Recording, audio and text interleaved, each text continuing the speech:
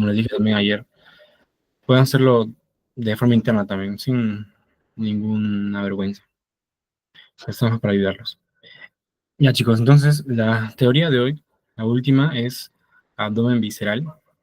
Y esta es de los tópicos más bonitos que vamos a poder llevar a cabo, ya que prácticamente a casi todos les gusta hablar de estómago, de duodeno, de hígado, de colon. Entonces, quizás no sea tan pesado como otras teorías, pero de igual forma, si algo no se ha entendido, pueden levantar la mano o escribir. Pueden intentar estar atento al chat con mi otro dispositivo que va a estar acá al costado. Listo, entonces iniciamos. A ver,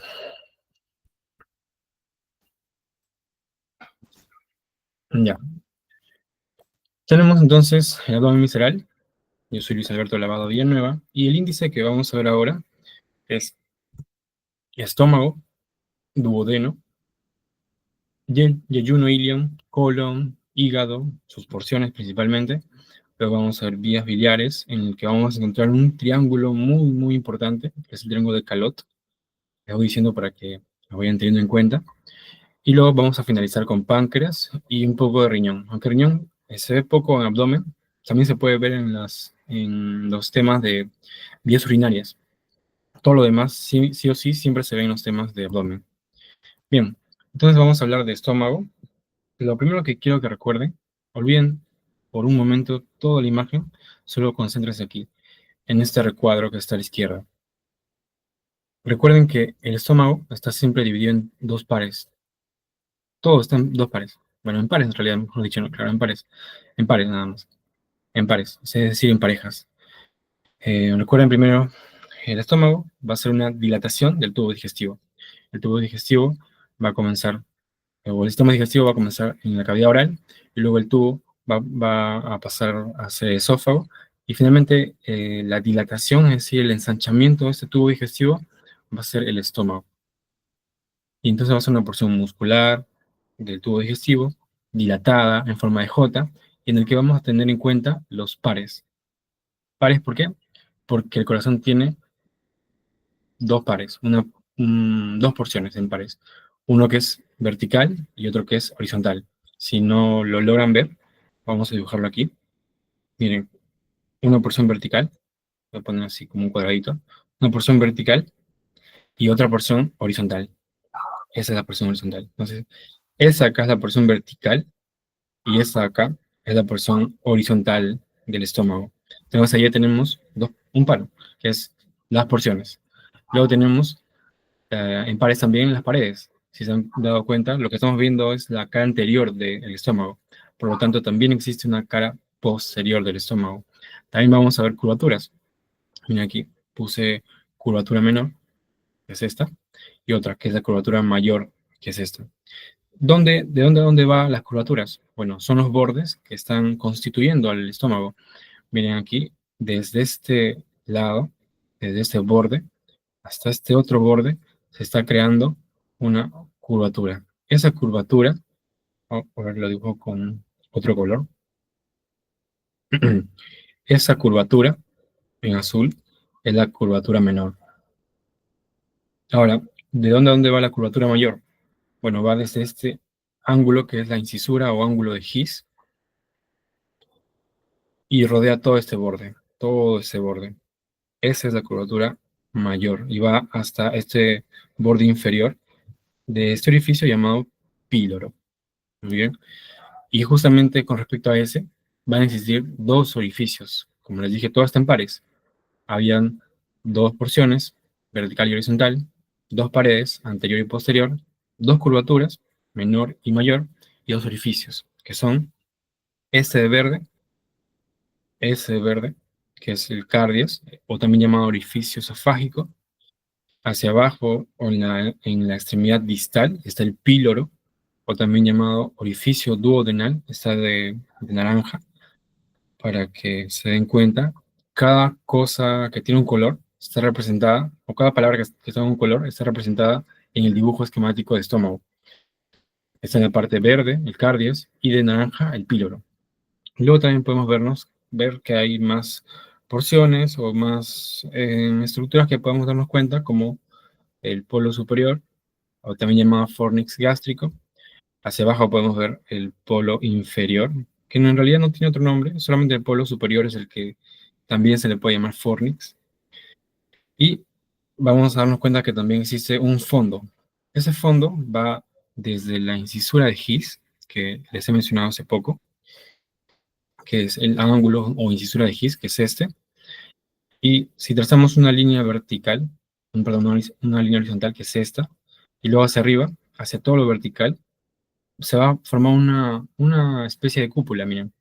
Esta cúpula es lo que llamamos fundus gástrico o fondo gástrico, o también se puede llamar tuberosidad mayor o gran tuberosidad gástrica. Representa un sexto de toda la constitución propia del estómago. Y también existe una tuberosidad menor, que es la llamada pequeña tuberosidad o fondo de saco menor, que es básicamente esta última parte o esta última porción del estómago. También dense cuenta que todo el estómago, por más que lo hemos dividido en dos porciones, una porción vertical y otra horizontal, que es esta, también está dividido en otras partes. Lo primero es justo la que acabamos de decir. La parte más superior es el fondo o tuberosidad mayor. Si descendemos, vamos a encontrar el cuerpo del estómago, que es este. Si seguimos descendiendo y nos vamos más hacia distal, vamos a encontrar este, que es el antro pilórico de morado, o también llamado vestíbulo. Y finalmente, antes de llegar al píloro, que es este orificio duodenal, vamos a encontrarnos con este espacio llamado el conducto pilórico. Entonces, recapitulando, el estómago tiene diferentes porciones, no solamente la porción vertical y la porción horizontal, sino que estas se pueden subdividir en muchas porciones más. Principalmente tenemos al fondo, al cuerpo, al antro pilórico y al conducto pilórico. Entonces, como resumen, recuerden que para entender el estómago, traten de todo resumirlo en pares. Dos porciones, dos paredes, dos curvaturas, dos orificios, dos polos también, polo superior y polo inferior, dos tuberosidades o dos fondos, ¿no? Uno que es superior, el fondo gástrico, y otro que es inferior, ¿no? Que es la tuberosidad menor o fondo de saco menor gástrico. Muy bien, pasamos a algo que es bastante importante y que nos va a marcar el camino para poder entender bien la irrigación de todo el abdomen. Por eso, antes de poner la animación directa de todas las ramas, vamos a ir nombrando cada una de ellas en este dibujo, sin poner ninguna animación más. De la aorta abdominal, la arteria aorta abdominal, que es esta, que estoy dibujando en rojo, va a salir hacia anterior una rama principal y bastante gruesa, que es esta. Este tronco grueso se llama tronco celíaco. Esta es la arteria aorta y tiene una rama, que es esta de acá, el tronco celíaco, es todo esto. Todo esto es el tronco celíaco. Y este tronco celíaco, que se dirige hacia anterior con respecto a la aorta, va a dar tres ramas. La rama esplénica, que es esta, la rama esplénica, la rama gástrica izquierda o coronaria estomáquica, y hacia la derecha va a dar la arteria hepática común, que es esta, la arteria hepática común. Entonces, así espero que me hayan entendido. La aorta tiene diferentes porciones. En el abdomen se va a llamar su porción abdominal. Entonces, estamos viendo aquí a la aorta abdominal. Hacia adelante está saliendo el llamado tronco celíaco, que es una rama anterior de la aorta y es bastante importante, ya que se va a encargar de irrigar a diferentes órganos, justamente como los que estamos viendo. Estamos viendo ahí el estómago, estamos viendo las vías biliares, al páncreas, al vaso, y entonces de este tronco celíaco van a nacer tres ramas. Las tres ramas que estamos viendo son la rama esplénica, la rama gástrica izquierda o coronaria estomáquica, y esta que es la hepática común, la arteria hepática común. Muy bien, esas son las tres ramas principales que deben reconocer para cuando hablemos de estómago, pero finalmente estas ramas van a crear una especie de circuitos o arcos cerrados que se van a encargar de irrigar todo el estómago. Si siguen aquí a la arteria gástrica izquierda, se van a dar cuenta que hay ramas que se dirigen hacia el esófago, que son estas, son ramas esofágicas, y otras que se dirigen una hacia el esófago y otra hacia el fondo gástrico. Eso quiere decir que esta rama, vamos a llamarla esófago cardio tuberositaria. Tuberositaria porque recuerden que fondo era lo mismo que tuberosidad mayor del estómago, ¿no? O tuberosidad gástrica. Entonces, esta rama que está aquí se le va a llamar esófago cardio tuberositaria. Y ustedes se preguntarán quizás por qué este se llama cardio, ¿no? Si no se dirige de ninguna manera hacia el corazón. Ese término cardio en realidad hace referencia al orificio de inicio o proximal del estómago, que es el cardias. Entonces, no confundir con el órgano corazón, sino con el orificio llamado cardias. Se, se originan ramas para el esófago, para el cardias y para la tuberosidad mayor o fondo gástrico.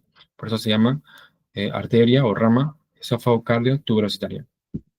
Y se han dado cuenta también, la gástrica izquierda, que es esta, y que ha dado esta rama, está dándole la vuelta a la curvatura menor del estómago, que es esta.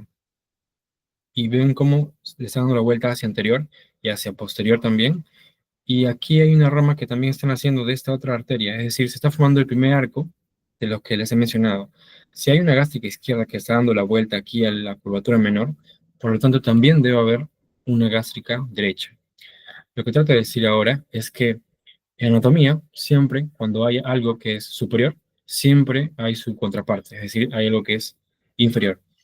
En anatomía, si es que hay algo que se llama anterior, tiene su contraparte que es posterior. Si no, los anatomistas no le pondrían el nombre de superior inferior, anterior posterior, sino que irían directamente con un nombre en específico. En este caso, si tenemos una gástrica izquierda, que es esta y que está rodeando la curvatura menor del estómago, también vamos a tener una gástrica derecha, que es esta de acá, que también se divide en una rama posterior y una rama anterior. Y aquí se va a formar un circuito en la curvatura menor del estómago. Esta acá entonces es la gástrica derecha, que se está uniendo con ramas de la gástrica izquierda. ¿Y de dónde sale esa gástrica derecha? De esta arteria, que es la hepática propia. Comúnmente sale de la hepática propia, aunque no siempre es algo constante que suceda eso. Definitivamente es lo más frecuente, pero no es lo común, o no en todas las veces sucede eso. También puede salir de la misma hepática común que es esta. Entonces tenemos ahí dos hepáticas, una hepática común que sale directamente del tronco celíaco y otra que es la hepática propia.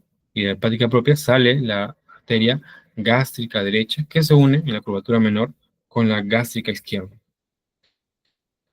Ahora, si nos damos cuenta de otra rama principal, va a ser esta. Esta es la rama esplénica, como les mencioné, que también sale del tronco celíaco, y esta se va a dirigir hacia la izquierda y va a llegar hacia el vaso. Por eso se llama esplénico, ya que tiene relación con el vaso, pues uno de los nombres, de los tantos nombres que se le puede dar al vaso, ¿no? Esplenio. Y esta rama o arteria esplénica va a dar esta rama de aquí, que es la gastroepiploica izquierda. Arteria gastroepiploica izquierda. Si se dan cuenta, también está formando un arco vascular aquí en la curvatura mayor del estómago. Si hay una gastroepiploica izquierda, también va a haber un gastroepiploica derecha. ¿Y de dónde están haciendo esa gastroepiploica derecha? Que es esta.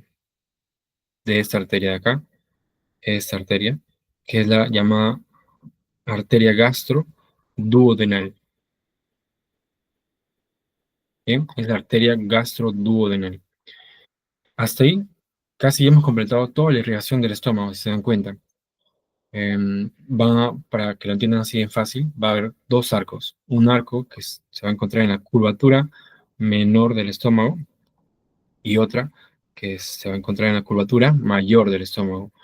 La curvatura menor va a estar formada por las gástricas, las arterias gástricas, una es izquierda y otra es derecha. Recuerden que la izquierda se llama coronaria estomáquica, así a veces se le llaman diferentes facultades de medicina. Y la gástrica derecha también suele tener otro nombre, que es la arteria pilórica.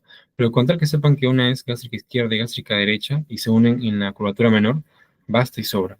En la curvatura mayor, en cambio, están las gastroepiploicas izquierda, izquierda que sale de la esplénica, la arteria esplénica, y la gastroepiploica derecha, que se va a unir ahí en la curvatura mayor, y esta última sale de la arteria gastroduodenal. Y si siguen el camino, van a ver que esta gastroduodenal salía de la arteria hepática común, que era la rama principal o rama terminal de la arteria de tronco celíaco que está saliendo de la aorta.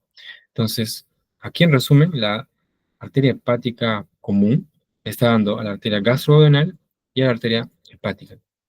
Otras ramas del estómago que nos pueden ayudar a completar la irrigación van a ser de la misma arteria esplénica, que es esta, y que por aquí salía la gastroepiploica izquierda. Si se han dado cuenta, hacia arriba también da ramas. Miren, esas ramas. Y esas ramas se llaman gástricas posteriores. Entonces, las arterias gástricas posteriores van a ser brindadas u originadas por la arteria esplénica, ¿no? Que es esta de acá, que se ha desprendido, es bastante larga y se ha desprendido del tronco celíaco. También para algunos autores salen algunas ramas fúndicas, es decir, este es el fondo, ¿recuerdan? El fondo gástrico. Y desde las ramas terminales, que son estas, de la arteria esplénica, que han llegado al vaso y se están dividiendo normalmente en cabeza de medusa, van a haber algunas que se van a dirigir hacia el fondo gástrico, y son las llamadas arterias gástricas cortas o arterias o ramas fúndicas, ¿no? Fúndicas, porque se dirigen al fondo del estómago o fundus, ¿no? Estas son las llamadas arterias gástricas cortas. Se han dado cuenta, hay gástrica derecha-izquierda, gastroepiploica derecha-izquierda, gástricas posteriores y gástricas cortas. Básicamente, la irrigación del estómago se va a resumir en todo esto que acabo de explicar. Si no recuerdan cada una de las arterias, al menos recuerden los arcos vasculares que están conformándose en la curvatura menor y mayor. Bien, de esto, y ahora sí voy a pasar a las animaciones nada más para que se complete todo. Ahí están, es lo que hemos visto en toda esta explicación. Y hemos visto incluso cosas más detalladas de lo que estaba en letras. Después, para cerrar esta diapositiva, vean que aquí, en en el orificio de entrada del estómago, existe una pequeña válvula. Esta pequeña válvula o engrosamiento de la mucosa del estómago se va a llamar válvula de Gubarov. Recuerden que no es un esfínter real, sino que es solamente un engrosamiento de mucosa. Es decir, en la entrada, acá está el esófago y aquí está el estómago. Y aquí hay un pequeño engrosamiento de mucosa. Ese engrosamiento de mucosa es básicamente una válvula insuficiente. No es llamado un esfínter, ya que recuerden que los esfínteres están conformados por músculo. En cambio, este no está conformado por músculo, sino por un engrosamiento de la misma mucosa del estómago, y que por lo tanto es insuficiente para que uno pueda retener los alimentos y no pasen del estómago al esófago. ¿Qué es lo que realmente evita que pase, que suceda el reflujo gastroesofágico, o sea, el devolvimiento de los alimentos del estómago al esófago? Es el esfínter esofágico inferior, que en realidad es mucho más complejo de lo que uno puede creer. Es realmente un complejo, si se han dado cuenta aquí. No solamente involucra a esta porción terminal del esófago, sino también involucra el diafragma, involucra a tejido adiposo que está periférico. Es decir, no es solamente que aquí hay un músculo y se está contrayendo. Por lo tanto, no es un esfínter. Es solamente una válvula insuficiente, ya que requiere de todo este complejo, que es el esfínter esofágico inferior, para que los alimentos del estómago no pasen al esófago. A diferencia de lo que ocurre en el píloro, que sí existe un esfínter, es el llamado esfínter pilórico. Si se dan cuenta aquí en este dibujo, pueden notar cómo hay músculo, no solamente es un engrosamiento de mucosa, que sería lo blanco en este caso, esa parte de blanco sería la mucosa, sino que también hay engrosamiento de músculo real, que permite que los alimentos no pasen del estómago al duodeno si es que no es todavía su momento de pasar, ya que va a ser bastante bien controlado por ese esfínter. Es un esfínter real, adecuado, que va a impedir el paso incorrecto de los alimentos. A diferencia de la válvula de Gubarov, que es totalmente insuficiente y que requiere del esfínter esofágico inferior para que pueda cumplir su función de evitar el reflujo gastroesofágico. Bueno, la línea Z en realidad es simplemente el cambio de epitelio, ¿no? Del esófago a el estómago nada más. Y se entiende como línea Z, ya que, si se dan cuenta, es una línea aserrada en el que se va a cambiar. Es un epitelio simplemente de transición nada más. Muy bien. Y eso es, es una parte puntual nada más para que recuerden la inervación del estómago. La inervación va a estar a cargo del nervio vago mediante su tronco vagal anterior y su tronco vagal posterior. Su tronco vagal anterior es este y va a estar relacionado con el tronco vagal izquierdo o simplemente el nervio vago izquierdo. Y el vago posterior tiene que ver con el tronco vagal derecho o nervio vago derecho. Es decir, cada uno de los nervios vagos, que va uno a la derecha y otro a la izquierda del esófago, van a rotar y uno se va a volver posterior y otro se va a volver anterior. El que se vuelve anterior es el nervio vago izquierdo y el que se vuelve posterior es el nervio vago derecho. Bien, el nervio vago anterior va a dar sus ramas celíacas, que es esta, y se va a dividir en ramos hepáticos y ramos más hacia el píloro, estos de acá, que son principalmente hepáticos en realidad. Si seguimos la curvatura menor del estómago, ven cómo está dando diferentes ramas gástricas, que son las llamadas gástricas anteriores. Estas de aquí son las ramas gástricas. Bien, estas ramas gástricas que se van a encargar principalmente de crear la inervación del estómago a nivel anterior. Y aquí hacia el nivel más inferior, miren cómo se está formando como si fuera una pata de una ave. Ese es al que se le llama la pata de cuervo. O también todo esto, de forma terminal, todo esto, es el nervio de la Target o el nervio de la Target o Wertheimer, que es el nervio de la curvatura menor, ya que también bueno, anterior, ya que también hay uno posterior. ¿Y de dónde sale ese nervio de la curvatura menor posterior? Pues del vago posterior, ¿no? Si se han dado cuenta, es de otro color, lo voy a poner en morado. Este vago posterior va hacia la curvatura menor del estómago y da también, así como habían ramas gástricas anteriores, pues también da ramas gástricas posteriores, en este caso. Y se van a encargar de irrigar, perdón, de inervar la cara posterior del estómago. Antes de terminar con esta parte del nervio vago posterior, miren esta rama que se está formando y que se está dirigiendo hacia el fondo.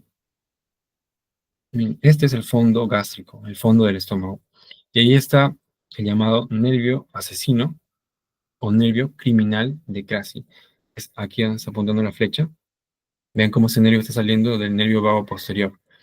Ese es el nervio asesino o criminal de Crasi. Y ustedes se preguntarán, ¿no? ¿Por qué lleva ese nombre? ¿No? Es bastante llamativo. Así como hablamos ayer de que muchos epónimos te ayudan a descubrir qué pasó con tal autor, por qué ha puesto ese nombre y te ayudan a investigar. Es una de las ventajas de utilizar epónimos. En este caso, este nervio, asesino criminal de Crasi o de Gracie, de acuerdo a su traducción, en realidad se entiende como un, un nervio que está inervando a las glándulas fúngicas, que se van a encargar ponerlo acá, fúngicas, que se van a encargar de la producción de ácido gástrico. Es decir, si una persona, por ejemplo, tiene una úlcera que está formada por la sobreproducción de ácido gástrico, pues un cirujano lo que debería hacer es retirar ese nervio, cortar ese nervio. Es la llamada vagotomía. Pero si no se hace de forma correcta o si no se retira ese nervio y se deja funcionando, eso quiere decir que la persona va a seguir produciendo ácido gástrico mediante sus glándulas fúngicas y pues no va a tener el tratamiento correcto. Y por lo tanto esto lo va a llevar a un destino fatal. Por eso mismo, es decir, tiene un origen quirúrgico, se le llama nervio asesino o criminal de Crasi a la primera rama del nervio vago posterior. Si se han dado cuenta, este nervio vago posterior, este, tiene como primera rama al nervio asesino de Crasi. Esa es la definición básica de ese nervio. Y bueno, esa también era la explicación de por qué se llama asesino o criminal. Y bueno, finalmente también el estómago tiene inervación con el llamado plexo celíaco, que está acompañado, que son ramas o plexos, es decir, extensiones de redes de nervios que están rodeando las arterias y que finalmente van a llegar al estómago mediante ramas gástricas del plexo celíaco. Y además también algunas ramas que se van hacia el esófago, que pueden ser compartidas para el estómago. Son entonces las ramas esofágicas del plexo celíaco. Pero básicamente, recuerden bien que el estómago va a estar inervado por los nervios vagos y los troncos vagales. Entender el plexo celíaco nada más es entender que hay arterias que están rodeadas por nervios y mediante esas arterias están también llevando la inervación del plexo celíaco hacia el estómago. Recuerden nada más la irrigación que hemos visto en la diapositiva anterior del estómago y recuerden que esas arterias están rodeadas por redes de nervios que están llevando la inervación desde el plexo celíaco hasta el estómago. Bien, y del estómago también podemos tener algunos reparos anatómicos, como lo son principalmente el espacio semilunar de Traubé. Este espacio es bastante utilizado en clínica. De hecho, los chicos que están en años mayores, ya de hecho han escuchado hablar bastante del espacio semilunar de Traubé. O bueno, en los hospitales solamente se menciona como el espacio de Traubé. Y tiene que ver con el timpanismo que se debe escuchar al momento de percutir el estómago. Si es que todavía no han llevado todavía a clínica, porque están en los primeros años, que recién van a llevar anatomía. De hecho, si están en esa etapa, todavía no han llevado ni todavía ni están cerca de llevar prácticas en el hospital. Solamente recuerden que existe una proyección del estómago en la parrilla costal que si uno percute, es decir, si uno toca, como si fuera, como si uno estuviera utilizando los dedos como martillo, debe escuchar un sonido timpánico, se le llama en el hospital. Así que se debe escuchar un timpanismo, como un sonido vacío que retumbe. Ese, ese es el sonido que uno debe escuchar. Si uno no escucha ese sonido, probablemente algo esté pasando o se esté presentando una patología o una condición hereditaria que no ha sido tomada en cuenta antes. Por lo tanto, es bastante importante reconocer el espacio semilunar de Traubé. Y repito la definición, es la proyección del estómago en la parrilla costal. Es decir, el estómago, a ver, con el puntero, el estómago es este de acá, en este dibujo de la izquierda, y esta porción que está aquí se está proyectando hacia la pared costal izquierda, que es esta, y está formando este espacio semilunar. Si se dan cuenta también aquí en el lado derecho, acá está la parrilla costal y este es la silueta del estómago. La proyección que tiene esa silueta del estómago en la parrilla costal es justamente ese dibujo de rojo. Y ese es el espacio semilunar retro B, donde ustedes deben percutir y debe estar totalmente timpánico. Si está, digamos, para que lo entiendan como duro o lo que se le llama mate, si está el sonido como mate, probablemente lo que se entiende es que haya un crecimiento de vaso o haya una posible neoplasia que debe ser tratada. Por lo tanto, es muy importante que recuerden ese espacio, que es el espacio semilunar Traubé, o como se llama en el hospital nada más, Traubé o espacio de Traubé. Y también existe el triángulo de la B, que es bastante menos importante que el espacio semilunar de Traubé, pero igual lo menciono, ya que es un triángulo que está en el que podemos encontrar al estómago justo en el medio. Miren ese triángulo. Este es el triángulo de la B y tiene como límites, este límite derecho, que es la cara o el borde inferior del hígado. Si se dan cuenta, aquí es el hígado. Y ese borde inferior está creando uno de los límites del triángulo. Otro de los límites va a ser la línea subcostal de esta parrilla costal, que es el del lado izquierdo. También, entonces, esta línea subcostal va a generar este lado del triángulo.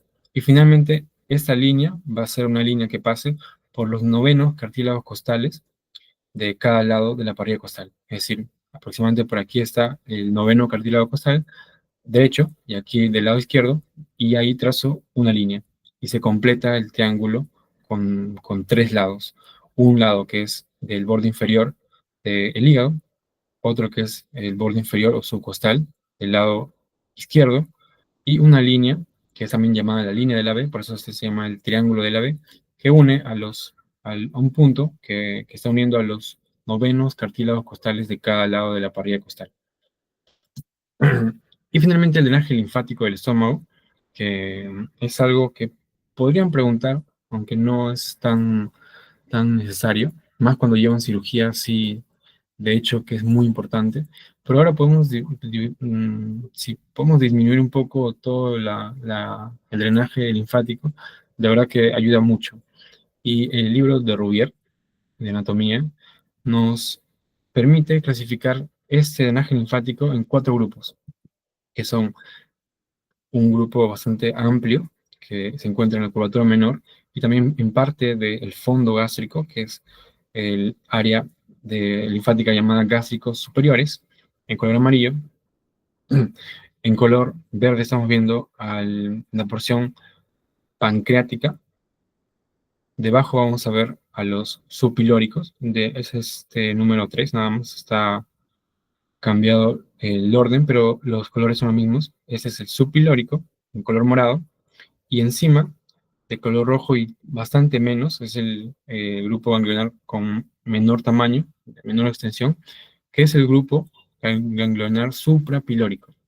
Entonces vamos a tener ahí 4 grupos de ganglios: gástricos superiores, pancreáticos, subpilóricos y suprapilóricos.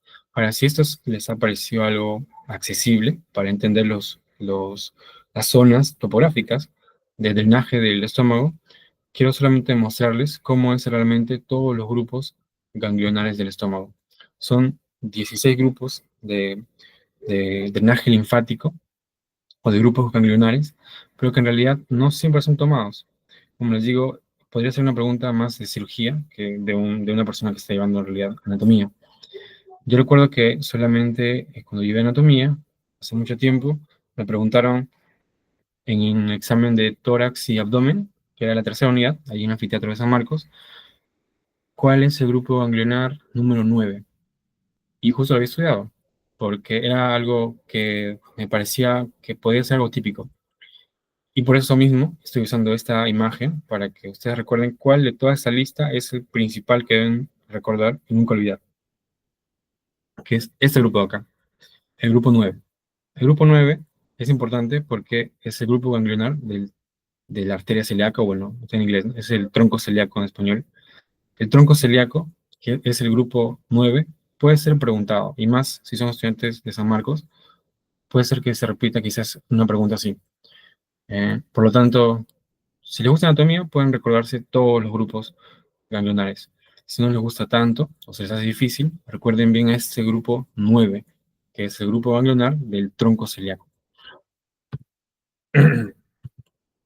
Bien, ahora sí pasamos con intestino delgado. La parte de estómago lo he ampliado bastante, pero a partir de ahora ya entendido ya la irrigación que hemos visto, ya los órganos abdominales se hacen un tanto más fáciles de entender. Bien, el intestino delgado tiene diferentes porciones y mide aproximadamente unos 7 metros. La primera porción es el duodeno, y es esta parte que estamos viendo aquí, que si se dan cuenta es la continuación al estómago. Tiene diferentes porciones que ahora lo vamos a ver. La primera porción se va a iniciar aquí en el surco duodeno pilórico. Es decir, ese es el estómago, y aquí, a partir de aquí hacia la derecha, es decir, todo esto, va a ser el duodeno. A partir de este surco duodeno pilórico. El duodeno va a tener forma de O de C, o de U, o incluso de V, de acuerdo a este ángulo que es el ángulo de Treitz. De acuerdo a si está más superior o inferior este ángulo, que es el ángulo de Treitz, vamos a tener a un duodeno más estrecho o más abierto en forma de O. Si no han entendido qué es el músculo o el ángulo de Treitz, lo vamos a ver en un momento, no se preocupen. Dentro de las características que vamos a encontrar en el duodeno van a ser que existen válvulas conniventes o válvulas de Kerckring, que son justamente estas válvulas semicirculares que estamos viendo aquí en esta imagen de endoscopía. También existen vellosidades intestinales, que son estas. Estas son las vellosidades intestinales que es más se logran ver pues, en láminas histológicas. En cambio, en anatomía lo que sí podemos ver son las válvulas conniventes o válvulas de Kerckring, muy típico de esa porción del intestino delgado que es el duodeno. Bien, acá sí voy a utilizar una pluma. Estas son las porciones del duodeno.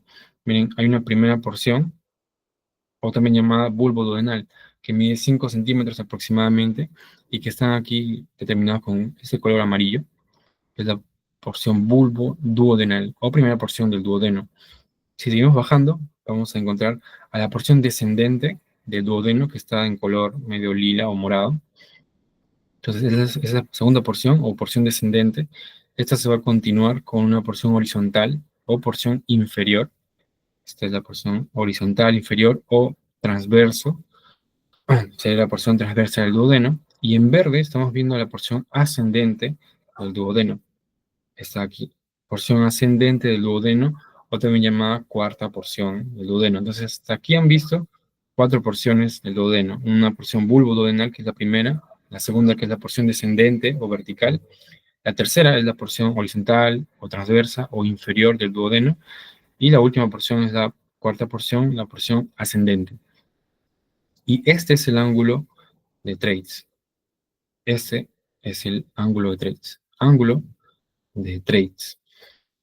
Este ángulo de Thwaites va a marcar el fin del duodeno, y se va a continuar el yeyuno, que es otra porción del intestino delgado. Pero el duodeno, a comparación del yeyuno y el ilion, que son otras porciones del intestino delgado, es vital que lo reconozcan sus partes y algunas de sus relaciones. Por lo tanto, recuerden que el ángulo de Thwaites es este ángulo que va a dividir a la última porción del duodeno, que es la porción ascendente, con el yeyuno. ¿Y cómo está levantado este ángulo de Thwaites? Está levantado por este músculo, el músculo suspensorio del duodeno o músculo de Thwaites. Más que recuerden ese músculo, yo quiero que recuerden este ángulo, porque este ángulo lo van a ver muchas veces, lo van a soñar muchas veces cuando estén en el hospital, ya que el ángulo de Thwaites no solo sirve para dividir la cuarta porción o porción ascendente del duodeno con el yeyuno, que es su inicio, sino que permite dividir los tipos de hemorragia digestiva baja. Bueno, los tipos de hemorragia digestiva.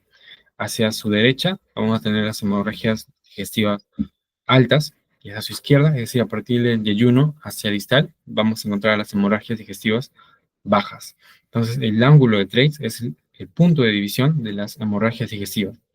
Hacia proximal van a ser las altas, y hacia distal, es decir, a partir del yeyuno hacia todo lo que resta del tubo digestivo, van a ser las hemorragias digestivas de tipo bajas. Así que recuerden, es muy importante, lo van a preguntar muchas veces en el hospital, cuando lleven teorías, en cirugía. De hecho, que va a ser algo bastante recurrente. Bien, otras porciones importantes, otras estructuras relacionadas con las porciones del duodeno en realidad, van a ser estas. Recuerden bien que, existe el conducto colédoco, que es este, existe el conducto pancreático principal, que es este, y esos dos conductos, colédoco y pancreático principal, se van a unir y van a desembocar en la segunda porción del duodeno, o porción descendente, que es esta, en una pequeña estructura saliente llamada papila o carúncula mayor, o papila de Vater. Es esta pequeña saliente redondeada, que incluso está cubierta por una pequeña capucha, le llaman la capucha del monje, está aquí. Esa es como una pequeña cubierta o pliegue semicircular que está cubriendo y hace un tanto difícil reconocer a la papila mayor, ya que lo va a cubrir de alguna forma. Por eso algunos autores mencionan esta papila como cubierta y que está en forma de T. Es decir, tiene a un pliegue semicircular encima y la papila está por debajo, así. Y realmente hace difícil encontrar la papila. Cuando uno ve ahí el duodeno, intenta buscar la papila, no es tan fácil encontrarla, ya que está cubierta por ese pliegue semicircular. Y así como hay una papila mayor, que es esta, papila de Vater, en verde, esta, también existe una papila menor o carúncula menor, que es esta de acá, que drena un tanto más superior a la papila mayor. ¿Y qué está desembocando por allí? Está desembocando el conducto pancreático de Santorini, o conducto pancreático accesorio. Estos dos son epónimos que sí o sí deben recordar: el conducto de Wirsug, que es el conducto pancreático principal, y el conducto de Santorini, que es el conducto pancreático accesorio. Y cada uno de ellos drena en una papila diferente. El de Santorini drena en la papila o carúncula menor, y el conducto pancreático principal o conducto de Wirsug, junto con el conducto colédoco, van a desembocar su contenido, es decir, el jugo pancreático y la bilis, en la papila mayor o carúncula. Y recuerden que la papila mayor está un tanto más hacia abajo de la papila menor o carúncula menor. Y aquí una relación que deben recordar bien, miren, más o menos por aquí está el ángulo de Thwaites, voy a poner el ángulo de Thwaites. Este ya sería el yeyuno, y este sería esa parte de acá, bueno, esta, con esta, sería la cuarta porción del duodeno o porción ascendente, si se dan cuenta. Y está en relación con estos vasos. Estos vasos son los vasos mesentéricos superiores, arteria y vena mesentéricos superiores. Y si logran darse cuenta, están de alguna manera, o van de alguna manera, si siguen descendiendo, en este corte, en esta imagen, ven cómo están cortadas las arterias, pero si siguen descendiendo, van a encerrar al duodeno y lo van a presionar. Si no me han entendido, vamos en una imagen sagital, es decir, de costado. Ven aquí a la arteria aorta y que hacia adelante está saliendo la arteria mesentérica superior, todo esto. Es la arteria mesentérica superior. Esa es la arteria aorta y esa es la arteria mesentérica superior. Y que por aquí está pasando el duodeno. Ahí sería un corte transversal del duodeno. Vean cómo ese duodeno está así. Está siendo aplastado por la arteria aorta y por la arteria mesentérica superior. Aquí está el duodeno. Y ven cómo se genera una pinza entre la aorta y la arteria mesentérica superior.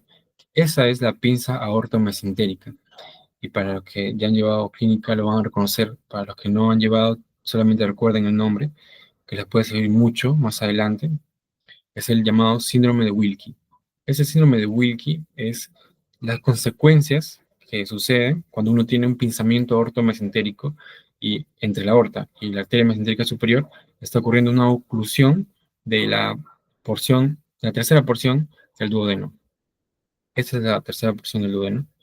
Esta tercera porción del duodeno que va a estar siendo presionada por los vasos mesentéricos superiores, especialmente de hecho por la arteria mesentérica superior. Entonces se genera ahí la arteria, la pinza aorto-mesentérica, que es llamado síndrome de Wilkie y produce claramente una desnutrición crónica en el paciente, ya que no va a permitir que se logre la digestión correcta, porque va a impedir el paso del duodeno o del bolo alimenticio del duodeno hacia el yeyuno, ya que va a estar ocluido en esa pinza aortomesentérica.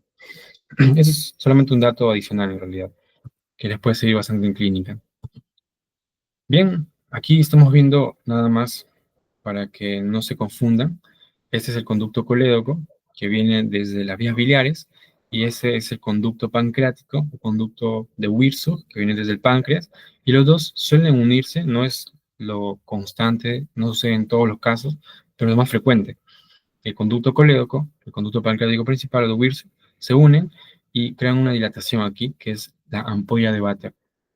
Y esa ampolla de Vater va a drenar en esta papila mayor, que es justamente la que vemos aquí, ¿no? De color verde. La papila mayor o carúncula mayor o papila de Vater es este levantamiento de mucosa en el que se va a drenar el contenido, el contenido pancreático, que es el jugo pancreático, y contenido del hígado, que es la bilis, que viene desde el conducto colédoco. Pero si se dan cuenta, cada uno de estos conductos tiene un diferente esfínter. El conducto colédoco tiene el esfínter de Boyden, el conducto pancreático tiene el esfínter pancreático, y antes de terminar la ampolla de Vater, va a existir aquí otro esfínter, que es el esfínter hepatopancreático de Oddi. Este esfínter pancreático yo lo he colocado para que ustedes vean bien que muchos, incluso en los hospitales, los doctores, no saben diferenciar o no logran diferenciar bien esos términos. Como les he mencionado, el esfínter de Oddi es la musculatura alrededor de la desembocadura de estos dos conductos, colédoco y pancreático. Vean, de color rojo está el esfínter hepatopancreático o esfínter de Oddi, que está drenando en la papila mayor. En cambio, la ampolla de Vater es esta dilatación, es el espacio, por eso se llama ampolla. Es el espacio llamado ampolla de Vater en el que está llegando el contenido biliar, el contenido biliar, el contenido biliar y el contenido pancreático. Esta dilatación se llama ampolla de Vater. El músculo rodeando la salida de esa ampolla de Vater se llama esfínter de Oddi. Y cada uno de estas dos estructuras tienen definiciones totalmente diferentes. Ampolla es una cosa, esfínter es otra cosa. Y cada uno de estos va a drenar en la llamada papila mayor que ya hemos explicado, ¿no? Papila mayor o carúncula mayor. Si no han tenido la oportunidad de escucharlo, de hecho que lo van a escuchar muchas veces de diferentes doctores o personal de salud, que dice ampolla de Vater a la papila mayor, o le dice esfínter de Oddi a la papila mayor, o incluso creen que son sinónimos.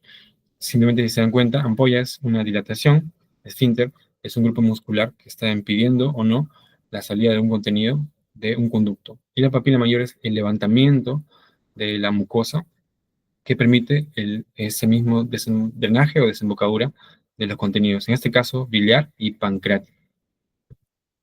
Muy bien, pasamos a la siguiente parte de intestino delgado, que es yeyuno e ilion. Estos van a ser 15 a 16 asas intestinales, como las que se están dando cuenta aquí, y se van a dividir en dos grupos. Van a ser asas horizontales, y si se han dado cuenta, hay un cambio de la dirección, es decir, también hay asas verticales. Tenemos asas entonces horizontales y asas verticales, que pueden tomar también para algunos autores el nombre de grupo superior izquierdo para las horizontales y grupo inferior derecho para las asas verticales. Entonces, como resumen, podemos ver aquí al esófago, que se continúa con el estómago. Después del esfínter pilórico vamos a pasar al duodeno y vamos a llegar a lo que estamos aquí viendo, que es el yeyuno y luego el ilio. No hay una estructura que nos diga realmente aquí está terminando el yeyuno y está comenzando el ilio. Por eso es que se estudia así en conjunto, yeyuno e ilio.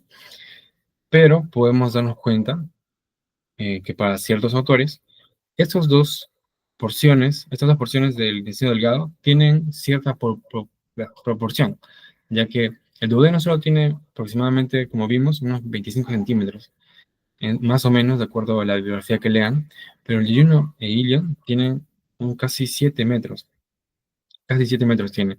Y el yeyuno y el ilion, si no tienen un lugar donde yo pueda definir dónde está el límite de cada uno de ellos, se hace bastante complicado.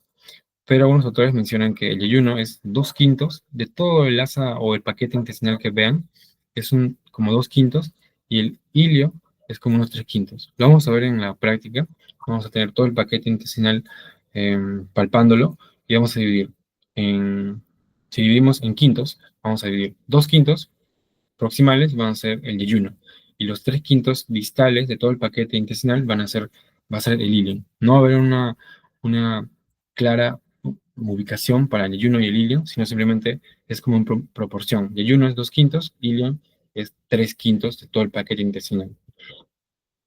Para algunos autores también hay ciertas diferencias entre el yeyuno y ilion, aunque uno no puede decir, como les dije, exactamente dónde comienza y termina cada uno de ellos, pero sí podemos decir que hay algunas diferencias. Por ejemplo, podemos decir que el yeyuno tiene vasos rectos que son más largos, a diferencia del ilion, que tiene vasos rectos mucho más cortos, que son estas. Además, también vamos a ver que el yeyuno, desde su arteria que la está irrigando, van a tener unas de 1 a 2 filas de arcos arteriales, que son estas, ¿no? Esos son los arcos arteriales, y para el yeyuno van a haber 1 o 2 filas, y van a ser de una dimensión mucho más grande.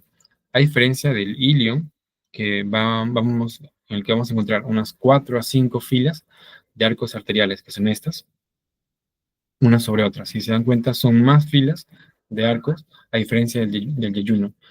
Y también, como les dije, los vasos. Los vasos rectos son más largos en el yeyuno y más cortos en el ilion. Por más que esto parezca difícil, nos ayuda mucho cuando tenemos la pieza ahí y no podemos definir cuál es yeyuno e ilion. Ahí vamos a ver cómo los arcos arteriales sí son más grandes, pero menos filas para el yeyuno, y los vasos rectos son más largos, a diferencia de todo lo contrario que sucede en el ilium.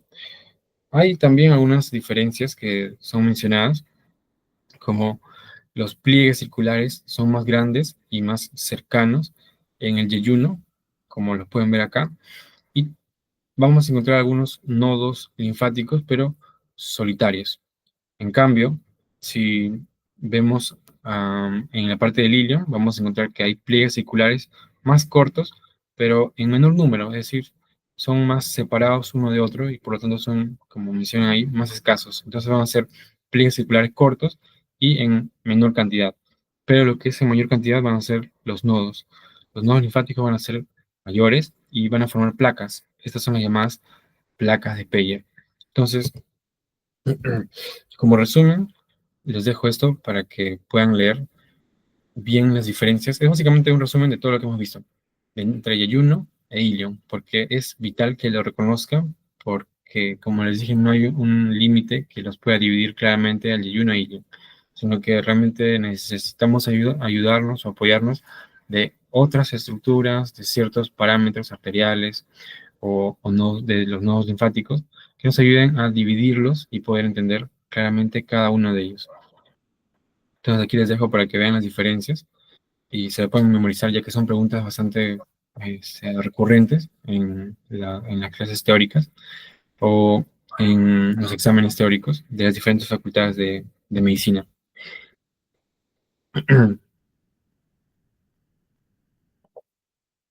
Bien, ahora pasamos con colon, que es la parte final del tubo digestivo, antes de pasar a recto y conducto anal, que sí es algo que se toca en pelvis, y lo van a ver en las teorías de mañana.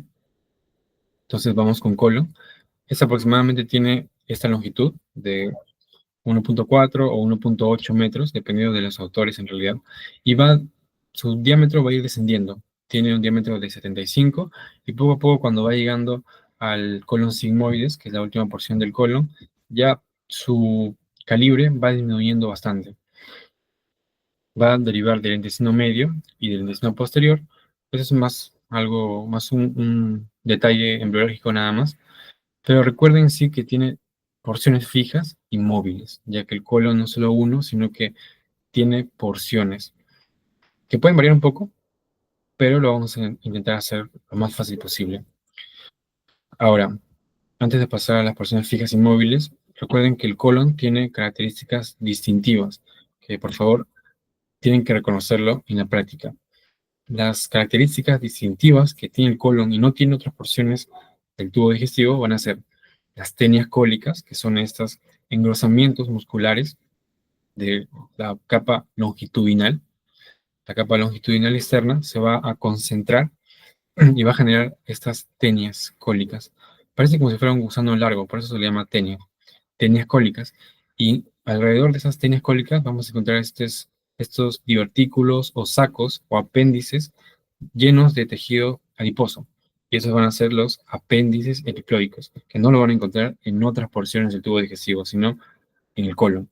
Y estos espacios que hay en el colon, o bueno, estos abultamientos, digamos, se le llaman austras. Entonces, las características distintivas del colon van a ser estas tenias cólicas, los apéndices epiploicos, que son estos sacos, y las austras, que son estos abultamientos que hay entre cada capa circular del colon.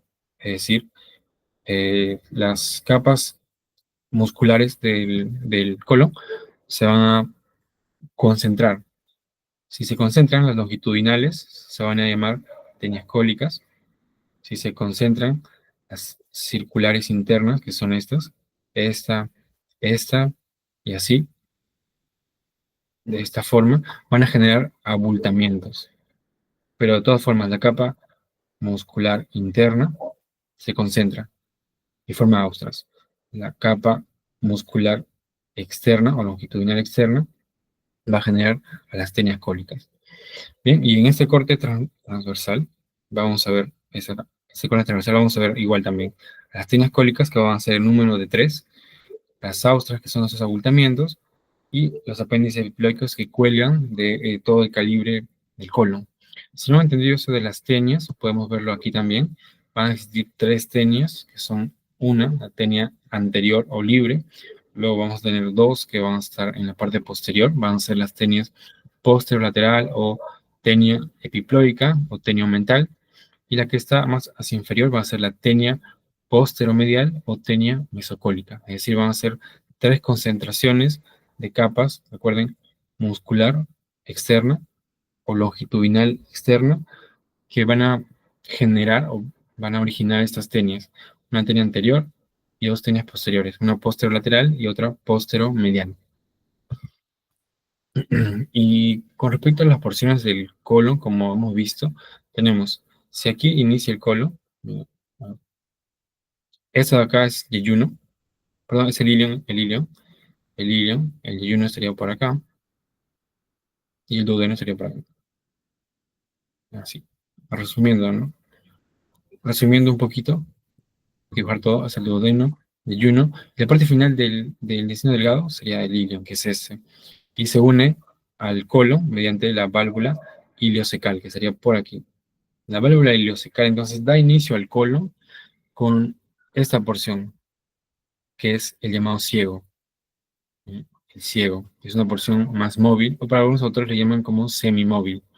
Y de este ciego hacia abajo están viendo un, un pequeño desprendimiento organular que es llamado apéndice vermicular.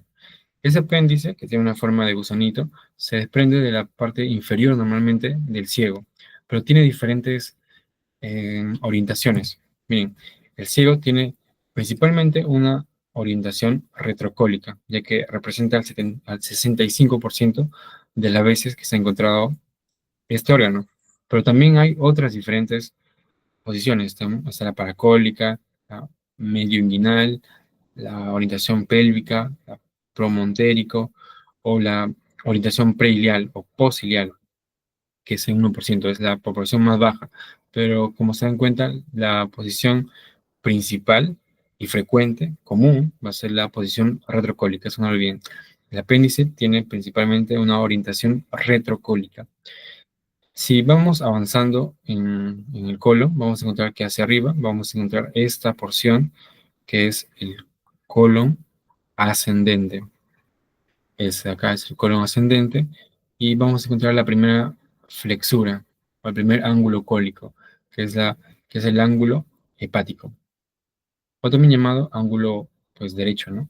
Ya que hay otro ángulo que es este, que es el izquierdo. Este ángulo hepático se dividió de este ángulo esplénico o ángulo izquierdo, ángulo del colon izquierdo o ángulo colónico, está dividido estos dos por el llamado colon transverso, que es este. Este entonces es el colon transverso y es una porción móvil. ¿Por qué es una porción móvil? Porque tiene un meso.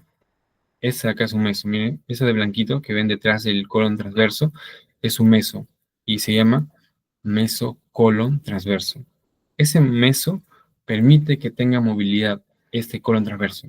Si han dado cuenta, el ciego también tiene ahí su meso, lo que permite que sea móvil. Si se dan cuenta, en las porciones móviles justamente está el colon transverso y el colon la parte secal, es decir, el ciego. La otra parte móvil, si se han dado cuenta, está aquí, que es el colon sigmoides. ¿Y dónde más ven esas radiaciones blanquecinas? Aquí en la imagen, miren, aquí. Este es el mesosigmoides y por lo tanto está manteniendo al colon sigmoide, que es la última porción del colon. Lo único que nos faltaría ver es el colon, que es el llamado colon descendente. Entonces, si se han dado cuenta, casi todas las porciones del colon tienen estos mesos, estas radiaciones blancas que están viendo aquí en esta imagen, pero solamente dos porciones, que son el colon ascendente y el colon descendente, están adheridos hacia el retroperitoneo y no tienen su meso que les permitiría la movilidad. Por lo tanto, el colon ascendente y el colon descendente son porciones fijas del colon, a diferencia del colon transverso, el colon sigmoides, y su parte inicial que es el ciego. Y el apéndice también tiene su mesoapéndice. Bien, el punto de McBurney tiene que ver bastante con el apéndice, ya que vamos a encontrar allí normalmente un punto clave para poder reconocer una patología llamada apendicitis, que básicamente es la inflamación del órgano apéndice. ¿Dónde encontramos ese punto de McBurney? Bueno, trazamos una línea. ¿Dónde está mi puntero? Tenemos aquí, en esa imagen inferior derecha, el ombligo y la cresta ilíaca anterosuperior. Esta es la espina, perdón, la espina ilíaca anterosuperior y este es el ombligo. Si trazamos una línea que una estas dos estructuras, vamos a encontrar a esta línea, a lo mejor otro color, es azul, todo esto es la línea, y dividimos en 3 tercios. Si no lo he entendido, lo dibujo con el costado. Si tenemos aquí como una reglita, lo dividimos en tres tercios. Entonces tenemos un tercio, otro tercio y otro tercio. El punto de McBurney es la unión de, a ver, ¿dónde está? Es la unión de este 2 tercios internos con el tercio externo. Un tercio externo. Miren aquí entonces, otra vez con el puntero. Este hacia el medio, hacia la línea del medio del cuerpo, tenemos aquí 2 tercios internos y hacia afuera tenemos un tercio externo. Entonces, este es el tercio externo y ese es el 2 tercios internos.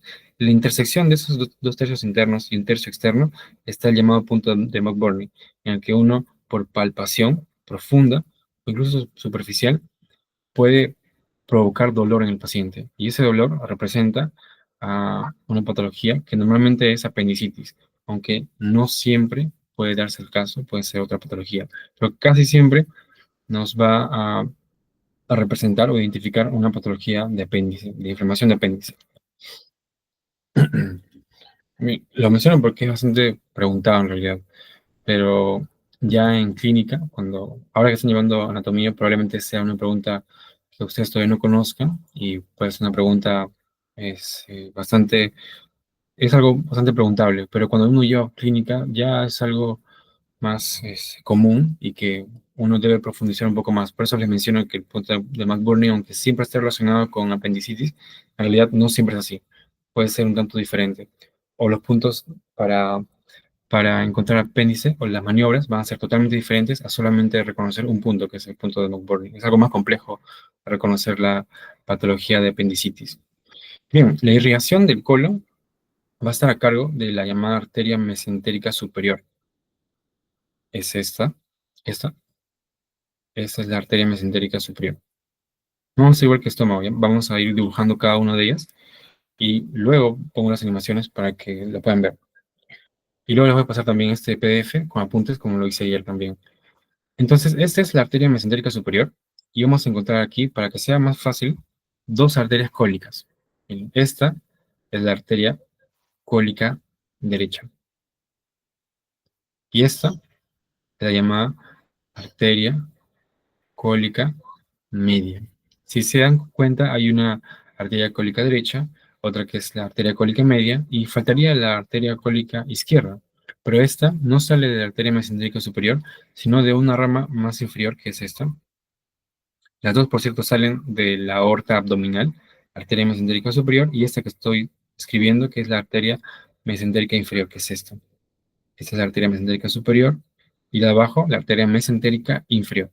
Bien, de esa arteria mesentérica inferior va a salir esta rama, que es la arteria cólica izquierda. Entonces, si se han dado cuenta, el colon va a estar irrigado por las arterias cólicas. Arteria cólica media y arteria cólica derecha, que salen de la arteria mesentérica superior, que es esta, derecha, media, salen de la superior, y de la inferior sale la arteria cólica izquierda. Entonces, ahí ya tenemos un buen avance de la irrigación del colon. Ahora, la, la arteria final o terminal de la arteria mesentérica superior, que es esta, va a ser esta, que es la arteria iliobiseco-pendiculocólica. Vamos a descubrir de qué se trata aquí, en esta. Fíjense nada más en esta imagen de abajo. Y esa es la arteria, a ver, es la llamada arteria cólica. pero en el anfiteatro y en ciertos libros clásicos lo mencionan como arteria ilio biseco apendículo cólico. Voy a dejarlo así nada más, como apendículo cólico. Ilio biseco apendículo cólico. ¿Y por qué es tan grande ese nombre? Bueno, si lo desean llamar arteria iliocólica, también es totalmente válido. Si se dan cuenta, solamente es el resumen. Iliocólica, arteria iliocólica o arteria ilio biseco apendículo cólico. ¿Por qué el nombre es tan largo? Porque involucra a diferentes ramas. Esa arteria final tiene que ver con más ramas que no solamente son una rama ilial y una rama cólica, como para que se llame arteria iliocólica, sino, miren, voy a ir dibujando una por una. Ya, ya. Esta entonces es la arteria iliocólica, que es la rama terminal de la arteria mesentérica superior. Eso quiero que recuerden primero. Esa arteria iliocólica es la rama terminal, la rama final de la arteria mesentérica superior que salía de la arteria aorta abdominal. Bien, y esa arteria iliocólica va a dar una rama hacia el ciego, una rama cecal hacia el ciego anterior, otra rama hacia el ciego, pero posterior. Bien, así me siguen. Una es anterior y otra, si se dan cuenta, tiene líneas punteadas, representando que está pasando por detrás del ciego. Entonces es una arteria cecal posterior, o una rama cecal posterior. Entonces ahí tenemos la representación de dos ramas, que ahora vamos a hacer la recapitulación, no se preocupen. Y luego una que se dirige hacia abajo, miren, esa de acá es la arteria apendicular, porque si se dan cuenta se está dirigiendo hacia el apéndice. Esa es la arteria apendicular, que se dirige hacia el apéndice, y otras ramas que están más dirigidas hacia dirigidas hacia el ilio, que es la porción final del intestino delgado. ¿Me acuerdan? Duodeno, yeyuno, ilio. Bueno, también esta rama terminal da arterias hacia el ilio. Y también esta rama se dirige hacia el colon, es decir, hay una rama cólica. Es acá, es una rama cólica. Bien, esta es una rama cólica. Entonces, si hacemos la recapitulación, voy a cambiar de color para que se note, tenemos básicamente todo el nombre de la arteria ilio-biseco apendículo cólico. ¿Ilio por qué? Porque da ramas iliales. Las ramas iliales, de color verde, da ramas iliales, ramas iliales, de color verde, ramas iliales. También da biseco, es decir, dos veces al ciego. Da una rama anterior y otra rama posterior. Entonces aquí tenemos ilio, biseco, dos ramas al ciego, apendículo, porque da una rama hacia el apéndice, que es la rama más extensa, más final, digamos, más terminal de esa arteria ilocólica, y una rama cólica, porque se dirige hacia el colon. Esa es la rama cólica. Entonces ahí tenemos a todas las ramas de la arteria iliobiseco apendículo cólico, o para los amigos, arteria iliocólica. Tenemos entonces a todas las ramas que dan sentido al nombre final de esta arteria. Bien, casi paso, pero no. Recuerden bien que hay otro reparo anatómico a nivel arterial, que es que es la arteria o arco de Riolano, que es muy, muy preguntado.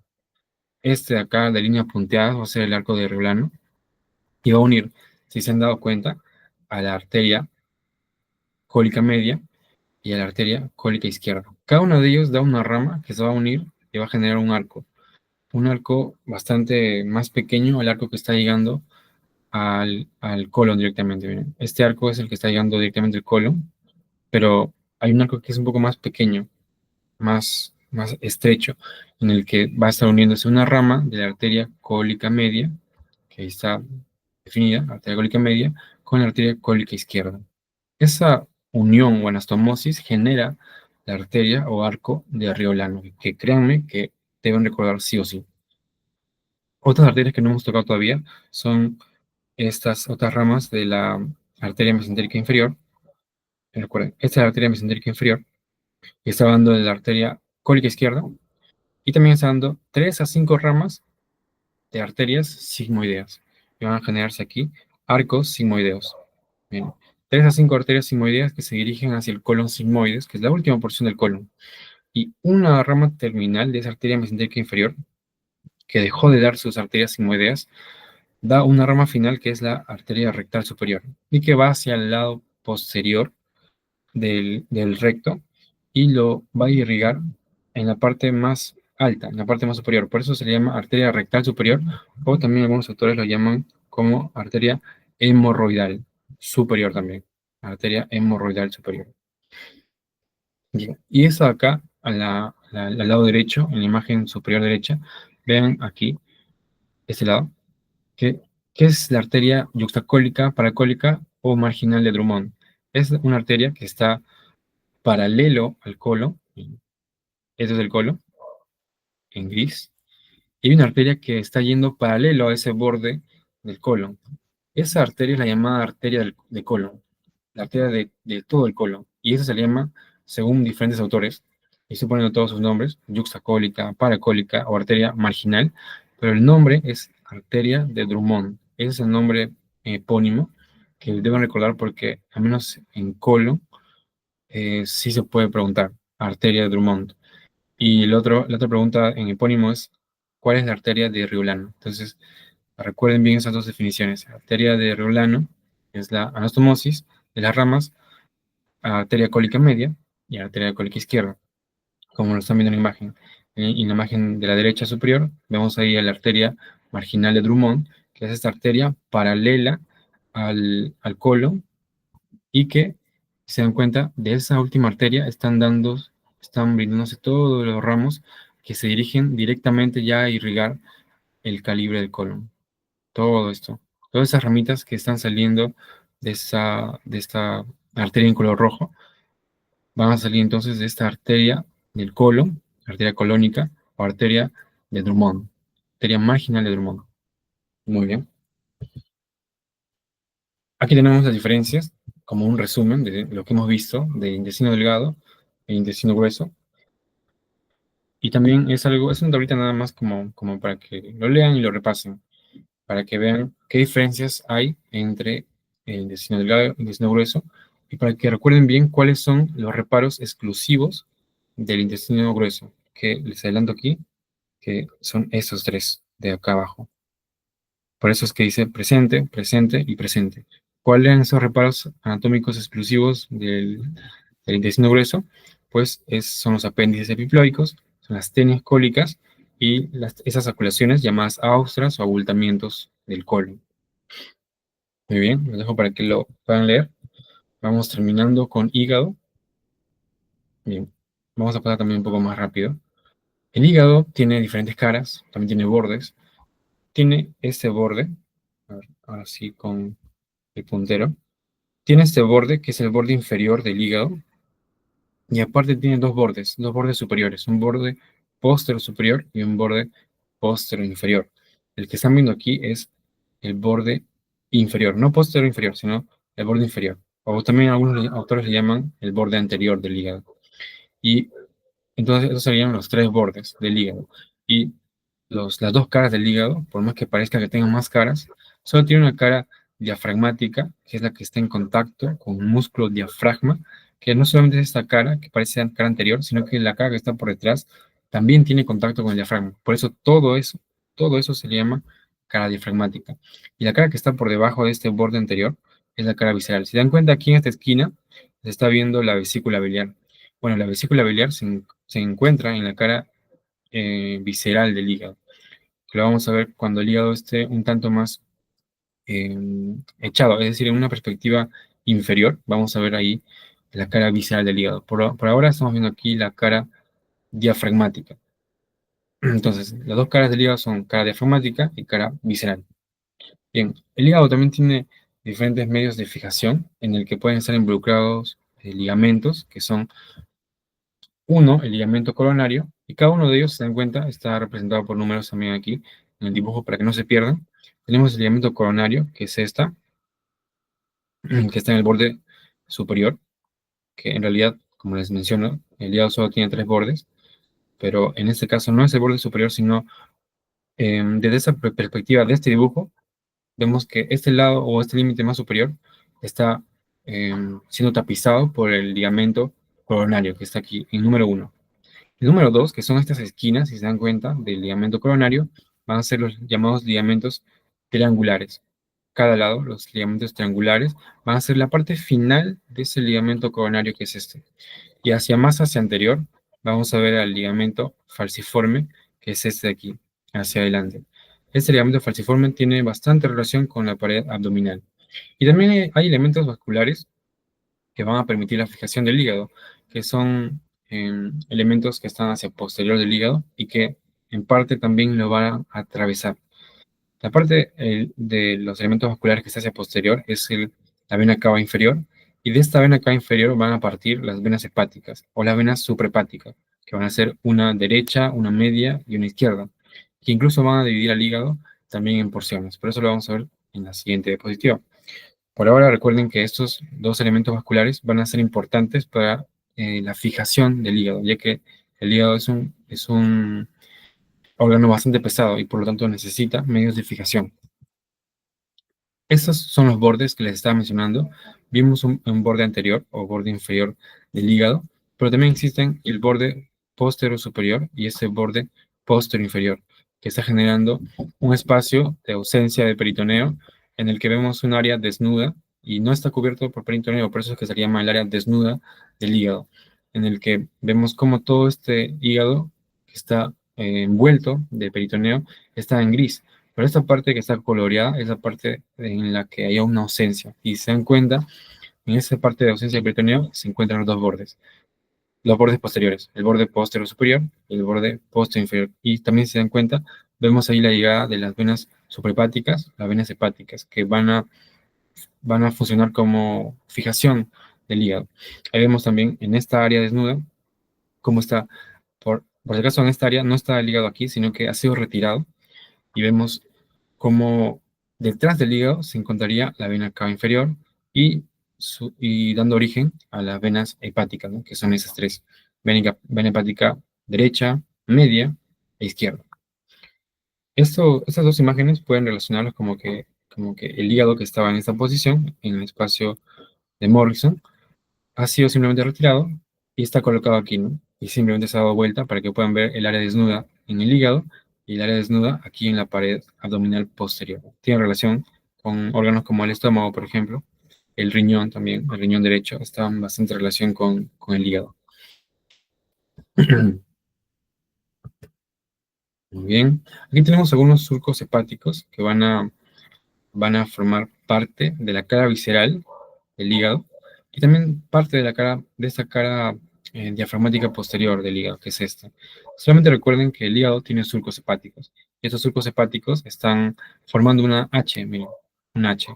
Y esta H va a estar formada a la izquierda, por el ligamento venoso, va a constituir un surco. Este es el surco del ligamento venoso y aquí tenemos la fisura del ligamento redondo.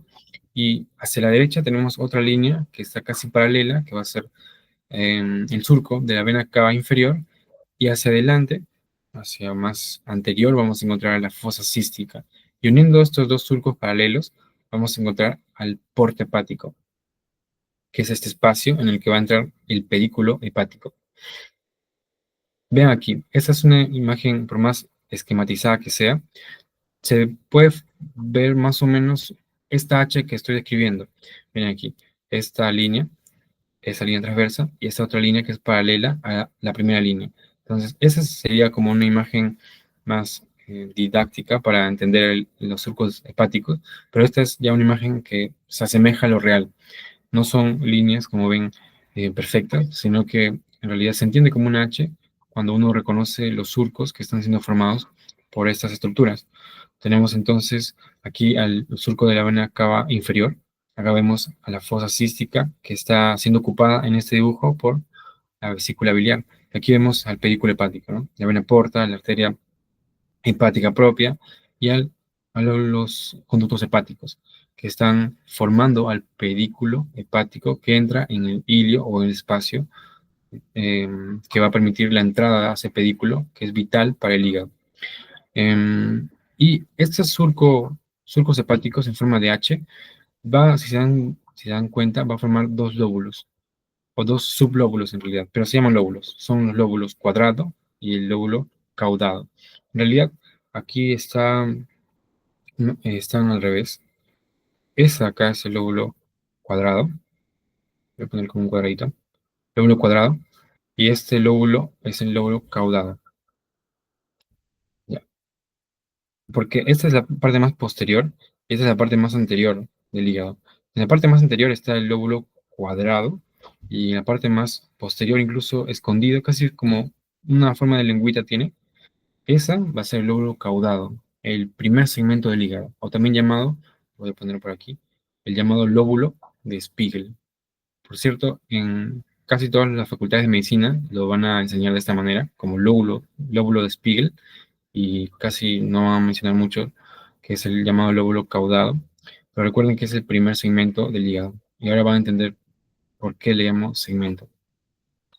Bien, pero se encuentra entonces en la cara posterior, es el lóbulo de Spiegel, hacia posterior, y hacia anterior se encontraba el llamado lóbulo cuadrado. Bien, entonces, el hígado se puede dividir en diferentes porciones. Esto tiene que ver con la división en el Congreso de Brisbane, en el que se llegó a un acuerdo de las diferentes divisiones que podría tener el hígado. La primera división, o también llamado de primer orden, va a ser el hígado derecho-izquierdo, que va a ser dividido por la llamada línea de Cantley. Esa línea de Cantley tiene la relación con esta, que es para algunos es la vena cava inferior, para otros es la vena hepática, eh, o hepática media, o suprahepática media, que es esta de aquí, es el superior del hígado, que va a unir esa vena con la fosa cística, que es esta. Si trazamos esta línea que se ha formado, esa línea va a dividir funcionalmente al hígado en un hígado derecho y un hígado izquierdo.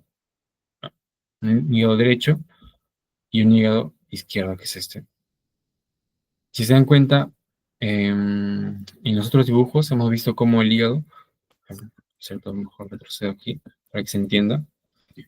En otros dibujos hemos visto cómo anatómicamente este es el lado izquierdo del hígado, que es el lóbulo izquierdo, lóbulo anatómico, por cierto, y ese es el lóbulo derecho del hígado, lóbulo anatómico. Pero en la división funcional, que es la que estamos viendo ahora, que se dio en el Congreso de Brisbane en el año 2000, se decidió que funcionalmente el hígado se dividió en dos partes, derecho e izquierdo. Es una división de primer orden, por eso, en el que está involucrada la línea de Cantley, que va desde la vena hepática o suprahepática media hacia la fosa cística. Y ahí se va a dividir el hígado en derecho e izquierdo, repito, de forma funcional, no de forma anatómica. La división de segundo orden tiene que ver con los sectores hepáticos, ¿no? Sectores hepáticos, que tienen que ver con la llegada de las venas hepáticas, que van a generar tres fisuras portales. Miren aquí, esa es la vena cava inferior que está dividiéndose en diferentes venas suprahepáticas, como les mencioné, vena suprahepática derecha, vena suprahepática media y la izquierda. Y cada una de esas va a formar finalmente a la vena cava inferior. Y va a generar también tres fisuras portales, que va a dividir al hígado en divisiones de segundo orden. Vamos a tener una porción posterior y anterior, una porción medial y una porción lateral. En este caso, yo les confieso que esta división de segundo orden en realidad no es tan preguntable. En realidad, lo que es preguntable es la división de primer orden y lamentablemente es muy preguntable también la otra división que es más compleja, que es la división de tercer orden, que es la división que está más abajo. Esa acá, la división de tercer orden, divide el hígado en 8 segmentos hepáticos. ¿Y cómo los divide? Pues por la división de la vena porta principalmente. La división de la vena porta va a dar tantas ramas que va a dividir al hígado en 8 segmentos. Y esos segmentos sí es necesario que se acuerden. No necesariamente que se acuerden todos los nombres, pero sí los números. Vamos a utilizar estos dibujos del hígado al costado para que puedan reconocer cuáles son los segmentos. Y les voy a dar también una forma de que recuerden, más fácil. Nada más recuerden que el segmento 1 del hígado es el lóbulo de Spiegel, que ya les he mencionado en la diapositiva anterior. Ese lóbulo de Spiegel es el lóbulo caudado también llamado, y que tiene una forma de lengüita, pero no se encuentra en la cara anterior del hígado, sino en la parte más posterior. Esta, a ver, ¿dónde estoy? ¿Dónde está mi...? Ah, ya, aquí. Esta, en la imagen de abajo, vean, esta lengüita va a ser el lóbulo caudado. Voy a ponerlo por acá. Lóbulo caudado, o también llamado primer segmento del hígado. ¿Ya? Primer segmento del hígado. Por eso es que en la cara anterior no se va a contar como un segmento, ya que está oculto. Como les dije, tiene una forma eh, alargada, como de lengüita, y está oculto en la cara posterior. Ese es el lóbulo caudado, o lóbulo de Spiegel, o primer segmento del hígado. Ahora sí, si nos fijamos en el dibujo superior, en gris, vamos a poder ver a todos los demás segmentos. Recordando que el primero está por detrás, vamos a reconocer al segmento 2, al segmento 3, al segmento 4 del hígado, que es mucho más grande que los demás. Luego tenemos al segmento 5, al segmento 6, al segmento 7 y finalmente al segmento 8 del hígado. Si esto se les hace bastante complicado de recordar, solamente recuerden que están en función horaria. Así. Está en 2, 3, 4, 5, 6, 7 y 8. Es como las manías de un reloj que van siguiendo el sentido horario. Así, así va. Incluso si se dan cuenta, el lóbulo de Spiegel aquí estaría más o menos por aquí. Por aquí estaría el lóbulo de Spiegel, pero en la cara posterior, recuerden. No aquí en la cara anterior. Este es el lóbulo caudado o lóbulo de Spiegel. Entonces, igual, seguiría el sentido de las manías del reloj. Sería, ese recuerden que es el 1. Sería 1, 2, 1, 2, 3, 4, que es más grande y ocupa toda esta parte. Luego tenemos el 5, el 6, el 7 y el 8. Esa es la división de tercer orden del hígado y es vital que recuerden. Entonces, todo lo que estamos viendo acá es una división funcional del hígado. Lo que, como resumen, lo que nos vamos a quedar es la división de primer orden, es que divide al hígado en derecho y en izquierdo, y está dividido por qué línea. Es muy preguntable, por cierto, esto. ¿Por qué línea? Por la línea de Cantley o la cisura portal principal, que va desde la vena hepática media hasta la fosa cística. Y luego es importante que recuerden la división de tercer orden, de que se van a dividir en 8 segmentos hepáticos, que van a ser divididos por la vena porta.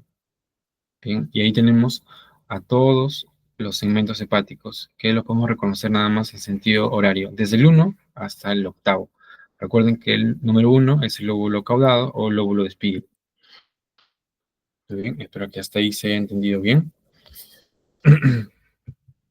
Luego vamos con las vías biliares, que en realidad es más fácil de reconocer. Esto es los conductos biliares extrahepáticos, que van a ser los conductos hepáticos derecho e izquierdo, que van a, al unirse, miren, aquí se unen, van a formar al conducto hepático común, que es este, y junto al conducto cístico, el conducto hepático común más conducto cístico, van a formar el conducto colédoco. Y esta parte de aquí ya la hemos visto, ¿recuerdan? El conducto colédoco se une con el conducto pancreático en la mayoría de las veces y drena a la segunda porción del duodeno en una pequeña levantación de mucosa llamada papila mayor. Muy bien.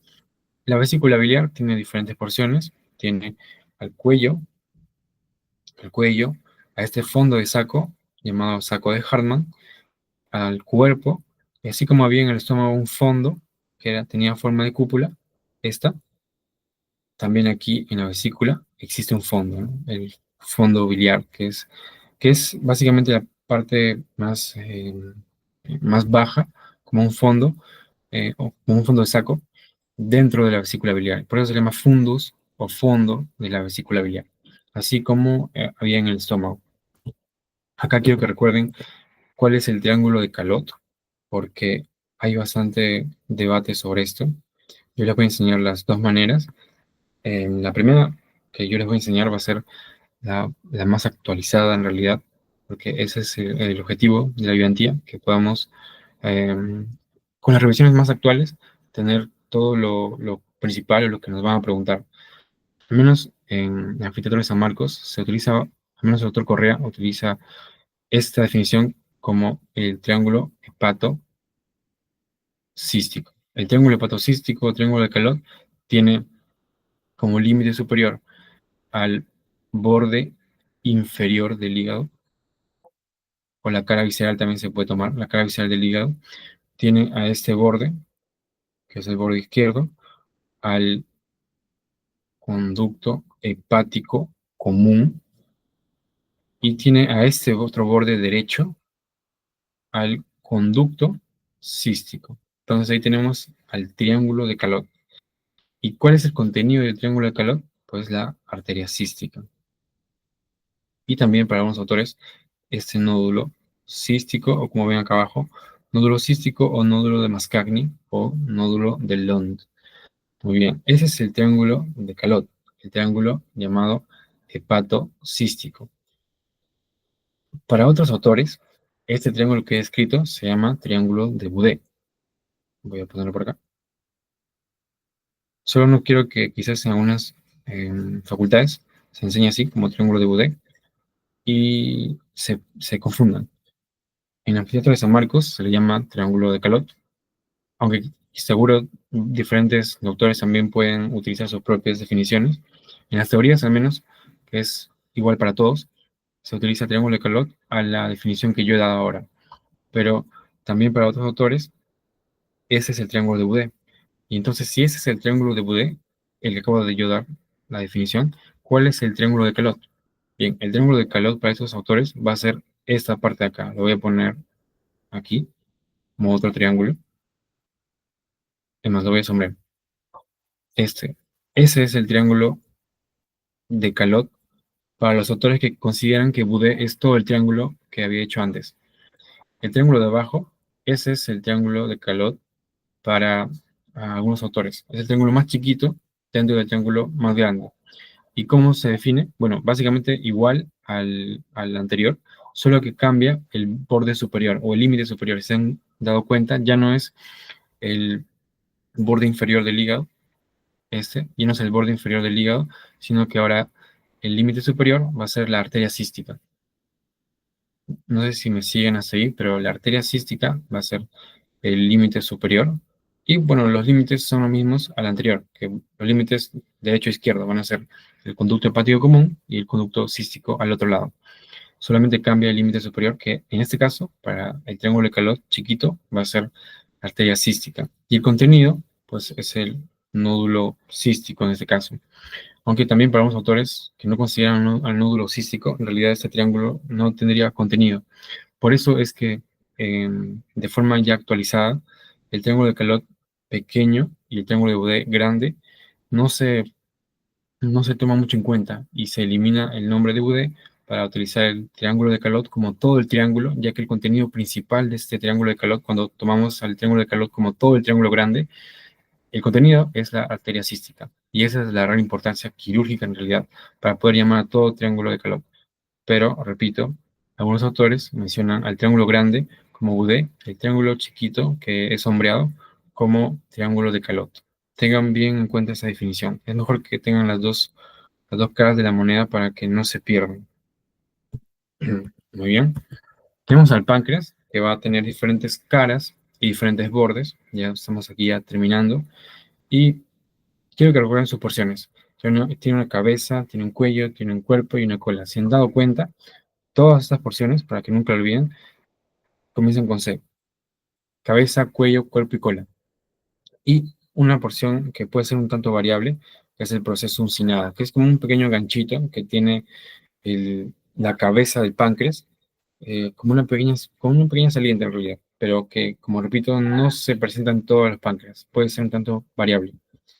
El cuello del páncreas también es otro problema dentro del páncreas, ya que no hay un límite claro en el que ustedes puedan ver y decir, ah, ya, aquí es el cuello, y aquí es la cabeza, y aquí es el cuerpo. Por lo tanto, necesitamos apoyarnos de otras estructuras. Miren aquí, por eso he puesto como algo especial al cuello del páncreas, que debería medir aproximadamente 2 a 3 centímetros. Y que en su superficie anterior va a estar relacionada con el píloro, ya que recuerden que el estómago está por delante. Pero esa no es su forma de hallar normalmente. Su forma de hallar realmente el cuello del páncreas es por la relación que tiene con la vena porta y la formación de la vena porta. Lo voy a dibujar para que se den cuenta. Aproximadamente por aquí, voy a dibujarlo de forma punteada. Por aquí estaría la vena porta. Si se dan cuenta, estas líneas punteadas de color azul que estoy dibujando está justamente en el cuello. Pero ¿cómo se forma la vena porta? Bueno, se forma por la vena mesentérica superior y el tronco espleno-mesentérico. Este es el tronco espleno-mesentérico, ya que va a unir a la vena esplénica, que es esta, y a la vena mesentérica inferior. Por lo tanto, inferior. Por lo tanto, este es el tronco espleno-mesentérico. Y hacia abajo está viniendo la vena mesentérica superior. La unión de esta vena mesentérica superior y de ese tronco espleno-mesentérico va a formar a la vena porta. Entonces, la formación de la vena porta va a ser un buen reparo anatómico para poder reconocer al cuello del páncreas. Eso recuerden bien porque es bastante preguntable. El cuello del páncreas se puede encontrar muy bien o se puede delimitar muy bien gracias a la formación de la vena porta. ¿Qué sucede justamente en su cuello? ¿Y de qué vena se forma la vena porta? Recuerden, de la vena mesentérica superior y el tronco espleno-mesentérico. Muy bien. Y recuerden también que el páncreas drena su contenido mediante un conducto pancreático principal, que es el de Wirsug, y un conducto pancreático accesorio, que es también llamado en epónimo como conducto de Santorini. La irrigación pancreática básicamente tiene que ver mucho con el tronco celíaco, que es el que hemos visto hace poco cuando hemos hablado de estómago. Y también hemos hablado de arteria mesentérica superior, que también se puede ver aquí y que nos permite completar el circuito arterial del páncreas.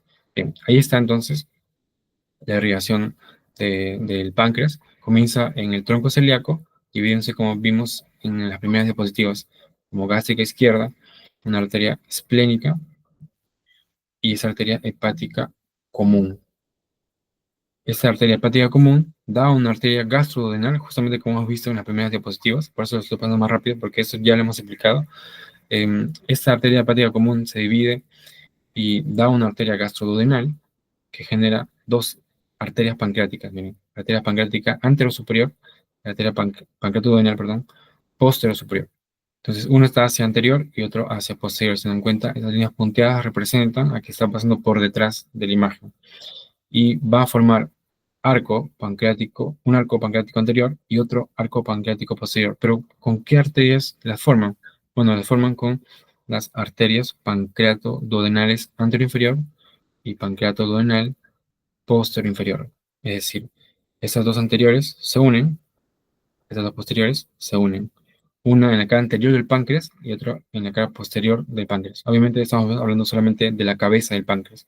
Entonces, en la cabeza del páncreas se va a generar dos arcos. Un arco que es anterior y otro arco que es posterior. Recuerden, esas cuatro arterias son las arterias pancreatoduodenales. Uno es anterior superior, otro es posterior superior, otro las de abajo van a ser la anterior inferior y posterior inferior.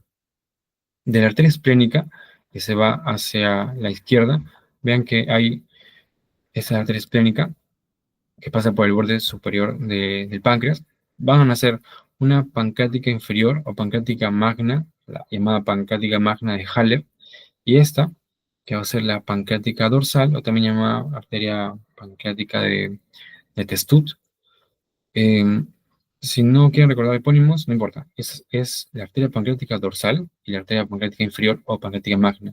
Y cada uno de ellos se une hacia este lado, se va a unir con la pancreática inferior. Y hacia aquí, esta unión de acá, que estoy remarcando, es el llamado arco de Kirk. No necesariamente recuerden el nombre del arco, es algo más rebuscado en realidad, pero sí recuerden que el páncreas tiene diferentes conexiones arteriales. Es un órgano que tiene muchas anastomosis. Todas las arterias que están llegando por todos lados están, por más que el páncreas sea muy chiquito, están uniéndose y están garantizando la irrigación vascular del páncreas. Y también hay arterias, finalmente ya, las arterias de la cola del páncreas, que van a salir también, si se dan cuenta, de esta misma arteria esplénica, que es esta, arteria esplénica, sigue al final del páncreas para irrigar la cola, tienen las arterias caudales o las arterias de la cola del páncreas, que también están asegurando la irrigación de la parte más distal del páncreas. Bien. Y finalmente ya tenemos los riñones. Como dije, los riñones se ven bastante ya en vías urinarias en realidad, y más bien en abdomen no se logra tocar mucho, pero como en este taller no hay clase de vías urinarias, o no hay como tal una específica para eso, sino que se ven diferentes temas. Bueno, por eso está aquí en abdomen. Los riñones son órganos retroperitoneales, es decir, no se encuentran cubiertos por peritoneo en toda su extensión, en todas sus dimensiones, sino que solamente está cubierto por peritoneo en la cara anterior. Por lo tanto, como está separado de la cavidad peritoneal, por eso mismo se le llama un órgano retroperitoneal. Este órgano va a tener, en su definición anatómica, va a tener un polo superior y un polo inferior. Va a tener una cara anterior, que es esta, y una cara posterior, ven aquí las líneas punteadas. Y también va a tener un borde medial, que es por donde va a salir su pelvis renal, y finalmente el uréter para generar la orina cuando llegue a la vejiga, y luego a la uretra, mediante la uretra se va a expulsar. Y este es su borde lateral. Recuerden bien cuáles son las dimensiones del riñón, ya que es bastante preguntado. En anatomía, de hecho, es muy preguntado en las salas de hospital. Cuando vean imágenes radiológicas, también van a preguntar mucho cuál es el tamaño de un riñón, cuando vean tomografías y demás. O ecografías, más en ecografías, de hecho. Van a preguntar mucho cuáles son los tamaños del riñón, las dimensiones, antero-posterior, en ancho, en fin, se pregunta bastante los tamaños. Básicamente va a encontrarse en los niveles vertebrales de T12, en su lado, en su punto más superior, y en su punto inferior, aproximadamente, al menos el riñón derecho, va a llegar a la vértebra L3. ¿Y esto por qué? Recuerden que aquí se va a encontrar el hígado, y por lo tanto el hígado va a hacer disminuir el nivel del riñón derecho, lo va a descender un poquito. Por lo tanto, los dos riñones no están en el mismo nivel vertebral, sino que el riñón derecho está un tanto más hacia abajo y el riñón izquierdo un tanto más hacia arriba. Bien, las relaciones del riñón, aquí lo que deben recordar es que el riñón tiene una cápsula que lo está envolviendo y que lo está separando totalmente de todas las estructuras que lo están rodeando.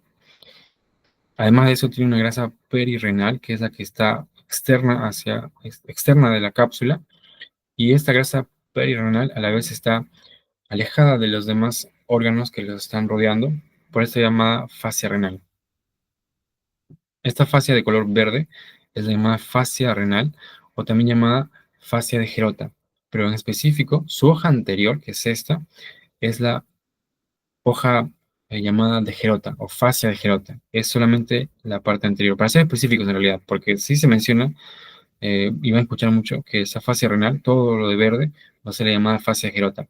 Pero en realidad, si somos más exquisitos, la hoja anterior en realidad es la fascia de Gerota, y la hoja posterior, que es esta, va a ser la fascia de Zuckerkandl, y es una fascia un tanto más gruesa y resistente. Por eso es que se suele dividir las hojas, porque cada una de ellas tiene una consistencia distinta. Y bueno, la relación principal también hacia el superior del riñón es que está en relación con las glándulas suprarrenales. Y de hecho tiene un montón de relaciones el riñón. Vean cómo tiene relación con el duodeno, con el hígado, con las arterias, con las venas, tiene relación con el colon, tiene relación con las áreas pancreáticas, el área gástrica, el área esplénica, así con el vaso, tiene relación con el yeyuno, y así. Es un órgano, por ser probablemente un órgano retroperitoneal, tiene relación con diferentes órganos que se encuentran dentro de la cavidad abdominal. Vean cómo el riñón tiene, si hacemos un corte sagital, tiene diferentes estructuras que podemos ver en su morfología interna.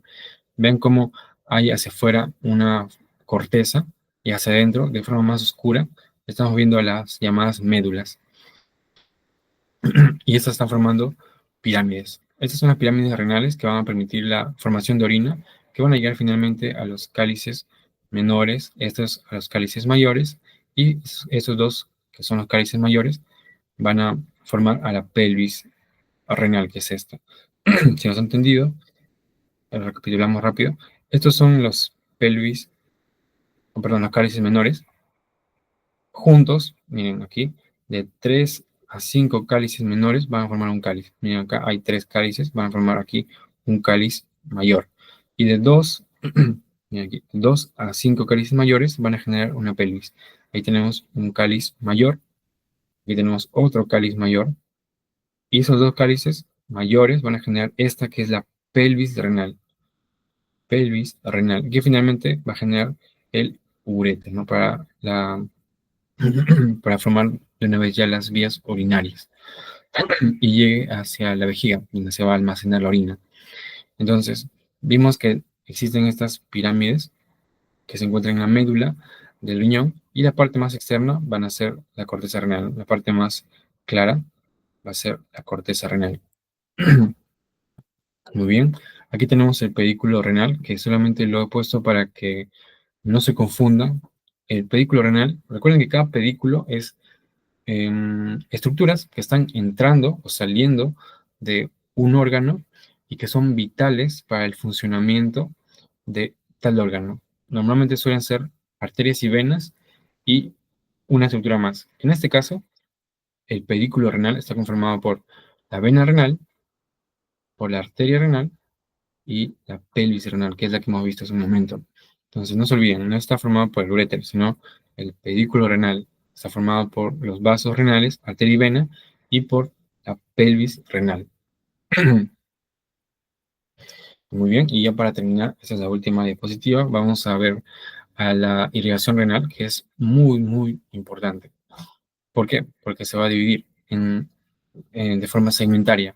Vamos a tener una división anterior. Miren cómo esta es, que es la arteria renal. Aquí tenemos a las dos arterias renales. Esta, por cierto, es la cara anterior del riñón y esta es la cara posterior del riñón. ¿Ya? En la cara anterior vamos a ver cómo hay una división, que es la llamada división anterior, que es esta división anterior del riñón, de la agregación del riñón, o también llamada prepiélica. Prepiélica. Y fijémonos ahora en esta, que es la cara posterior del riñón, y vean cómo esta es justamente esta arteria que se ve solamente un pedacito. En la cara posterior ya estamos viendo aquí a la división retropiélica. Lo voy a escribir también. Esa es la división retropiélica. Retropiélica o división posterior, ¿no? Aquí está. División posterior de la arteria renal. Entonces, la arteria renal, cuando llega al riñón, se divide en una división anterior y una división posterior. Otra vez, división anterior y división posterior. Y cada una de estas también puede tomar un nombre diferente, ¿no? La división anterior es la prepiélica y la división posterior es la retropiélica. La división anterior es algo más compleja, ya que se divide en 4 segmentos más, y son justamente los colores que estamos viendo en la imagen izquierda. Son el color naranja, el celeste, el morado y el color verde. Bien. Entonces aquí tenemos como primera rama, que es esta, tenemos a la arteria apical. En la parte celeste tenemos a la arteria antero superior. En la parte morada está la división antero inferior. A ver, ¿hay alguna pregunta?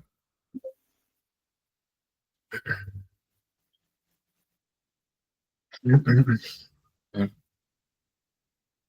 una pregunta. Nos traemos de Mapilli. En realidad, el glomérulo es una, es una red de la arteria, en realidad. No tiene que ver con el parénquima renal. El glomérulo es una red de arteria, es una forma especial de arteria que está formando como una canasta para que se pueda drenar los líquidos de la sangre, perdón, las moléculas de la sangre hacia la orina y, digamos, entre comillas, se pueda filtrar o limpiar la sangre. Eso es pero de hecho son temas más histológicos que anatómicos. Por eso es que los he presentado como corteza y médula del riñón, porque cuando hablamos de términos histológicos, esos ya se tienen que ver en un corte histológico, que es un tema diferente a cuando hablamos de la morfología o la anatomía del riñón. Pero sí, es algo diferente en realidad. No, por eso siempre tienen que dividir bien los cursos. Uno es anatomía, que es básicamente lo que uno puede ver en el órgano, y la histología es una ciencia que necesita apoyarse de un aparato, que es el microscopio, para poder visualizar las partes que uno no puede ver con la facilidad de lo que sí vería pues, a simple vista. Por eso, esa es la división de anatomía e histología. Bien, espero que haya quedado claro ahí.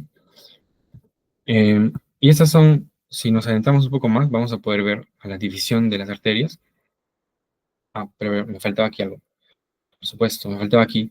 Esta división, la de abajo, esa aquí, es la división inferior. Esa acá, división inferior. Entonces, si se han dado cuenta, esta división anterior o prepiélica tiene al segmento apical, al segmento anterosuperior, al segmento anteroinferior y al segmento inferior. Bien. Y esta retropiélica tiene la división posterior. ¿Sí? Es decir, todo este de color amarillo dentro de la cara posterior es la división posterior a secas en realidad. Entonces tenemos ahí 5 divisiones: apical, anterosuperior, anteroinferior, la misma inferior y la posterior. Cada una está dividida, si se dan cuenta, en diferentes colores, en 5 colores diferentes. Y bien, y si nos adentramos un poco en la división de las arterias, más a detalle, podemos ver aquí, justo lo que estaban preguntando. Las arterias van a dividirse primero en lobar, luego cuando lleguen a pasar por las pirámides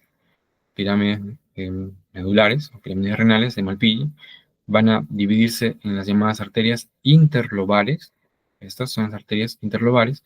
Y de las arterias interlobares van a salir lo que se conoce y es muy conocido como arterias arqueadas o arterias arcuatas, que son estas. Y estas finalmente van a formar a las arterias interlobulares, y finalmente estas interlobulares van a generar una forma especial, como les dije, de arteria, que es el glomérulo. El glomérulo es en realidad como si fuera una canasta, pero eso es algo mucho más histológico, no es para nada anatómico. Es así como si fuera una canasta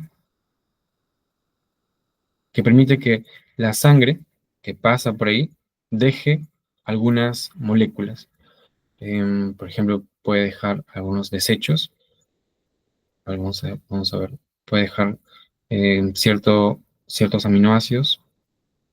Puede dejar, de hecho, deja bastante, en realidad, bastante agua. Bastante agua. Y de esa manera se va limpiando la sangre. En realidad no debería pasar los aminoácidos más grandes. Tampoco deben pasar la glucosa, por ejemplo. Pero si pasa, en realidad deberían ser reabsorbidas, al menos en un riñón con buen funcionamiento. Y el agua también, en su gran mayoría, más o menos en el 90%, todo el agua que se ha filtrado hacia los riñones debe ser regresada a la sangre. Solo cierta parte se va a convertir en orina finalmente. Pero para eso sirven los glomérulos. El glomérulo renal va a formar esta red que va a filtrar la sangre y a permitir que la sangre deje sus desechos y que sean eliminados finalmente por la orina. Muy bien, creo que hasta ahí ha quedado claro porque aquí ya estamos terminando. Solamente les presento un concepto anatómico que es importante, especialmente para los que les gusta mucho la anatomía y también para los que van a llevar cirugía, porque sé que varios inscritos ya están en quinto año, en sexto año, y quieren recordar cirugía o van a llevar recién cirugía. Y tiene que ver con el abordaje del riñón. ¿Cómo abordamos un órgano? Pues el objetivo primario al abordar un órgano siempre es atacar el lugar en el que menos irrigación haya para evitar sangrados o evitar mayor sangrado y quedarnos solo con el mínimo lugar de sangrado. Y el riñón tiene un área avascular o una línea avascular. Esta es la llamada línea avascular de Brodel o línea exsangue de Hirtel. Solo recuérdenlo como línea avascular de Brodel. ¿Qué significa avascular? Es decir, es una línea en la que está llegando muy poca irrigación. No vamos a decir que ninguna irrigación, porque obviamente este parénquima renal debe nutrirse, sino que están llegando muy pequeñas las arterias a este lugar y se le llama la línea avascular de Brodel o también llamado plano avascular o línea de Brodel. ¿Qué significa esto? Es un espacio en el que no está llegando ni la división anterior, como vimos, o prepiélica. Este es un corte transversal de riñón. Y tampoco está llegando la división posterior de la arteria renal o división retropiélica, sino que justamente es un espacio de intersección entre estas dos áreas vasculares y se está generando una pequeña línea en la que no hay tanta irrigación. Entonces, es una línea en la que uno puede acceder, abordar. Con abordar me refiero obviamente a abordar quirúrgicamente el riñón, es decir, abrirlo o hacerle alguna maniobra quirúrgica en la que no haya tanto sangrado y se evite algún sangrado masivo, que sí podría ocurrir si es que atacamos directamente a los vasos de mayor calibre, que son pues obviamente la división prepiélica y la división retropiélica. Entonces recuerden bien este plano, que no es que no tenga arterias, sino que tiene las arterias muy delgadas y que uno puede acceder con el mínimo sangrado posible. Y esa es la línea de Brodel o el plano avascular.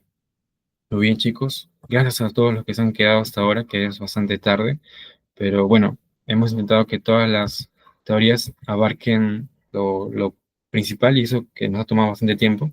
No hemos querido dejar de lado ninguna parte de la teoría que sea importante. Ahora les voy a pasar el, el PDF con todos los apuntes que he hecho. Y muy bien, cualquier pregunta la pueden hacer ahora o si no también, como les dije, de forma interna. Hay chicos que son un poco más retraídos, incluso yo también era así cuando era alumno y prefería preguntar de forma interna, así que tienen toda la confianza para poder hacerlo, no tengan dudas. Entonces chicos, ya estamos cerrando las teorías de hoy, nos vemos mañana con las teorías eh, que faltan y bueno, ya nos estamos viendo chicos, descansen.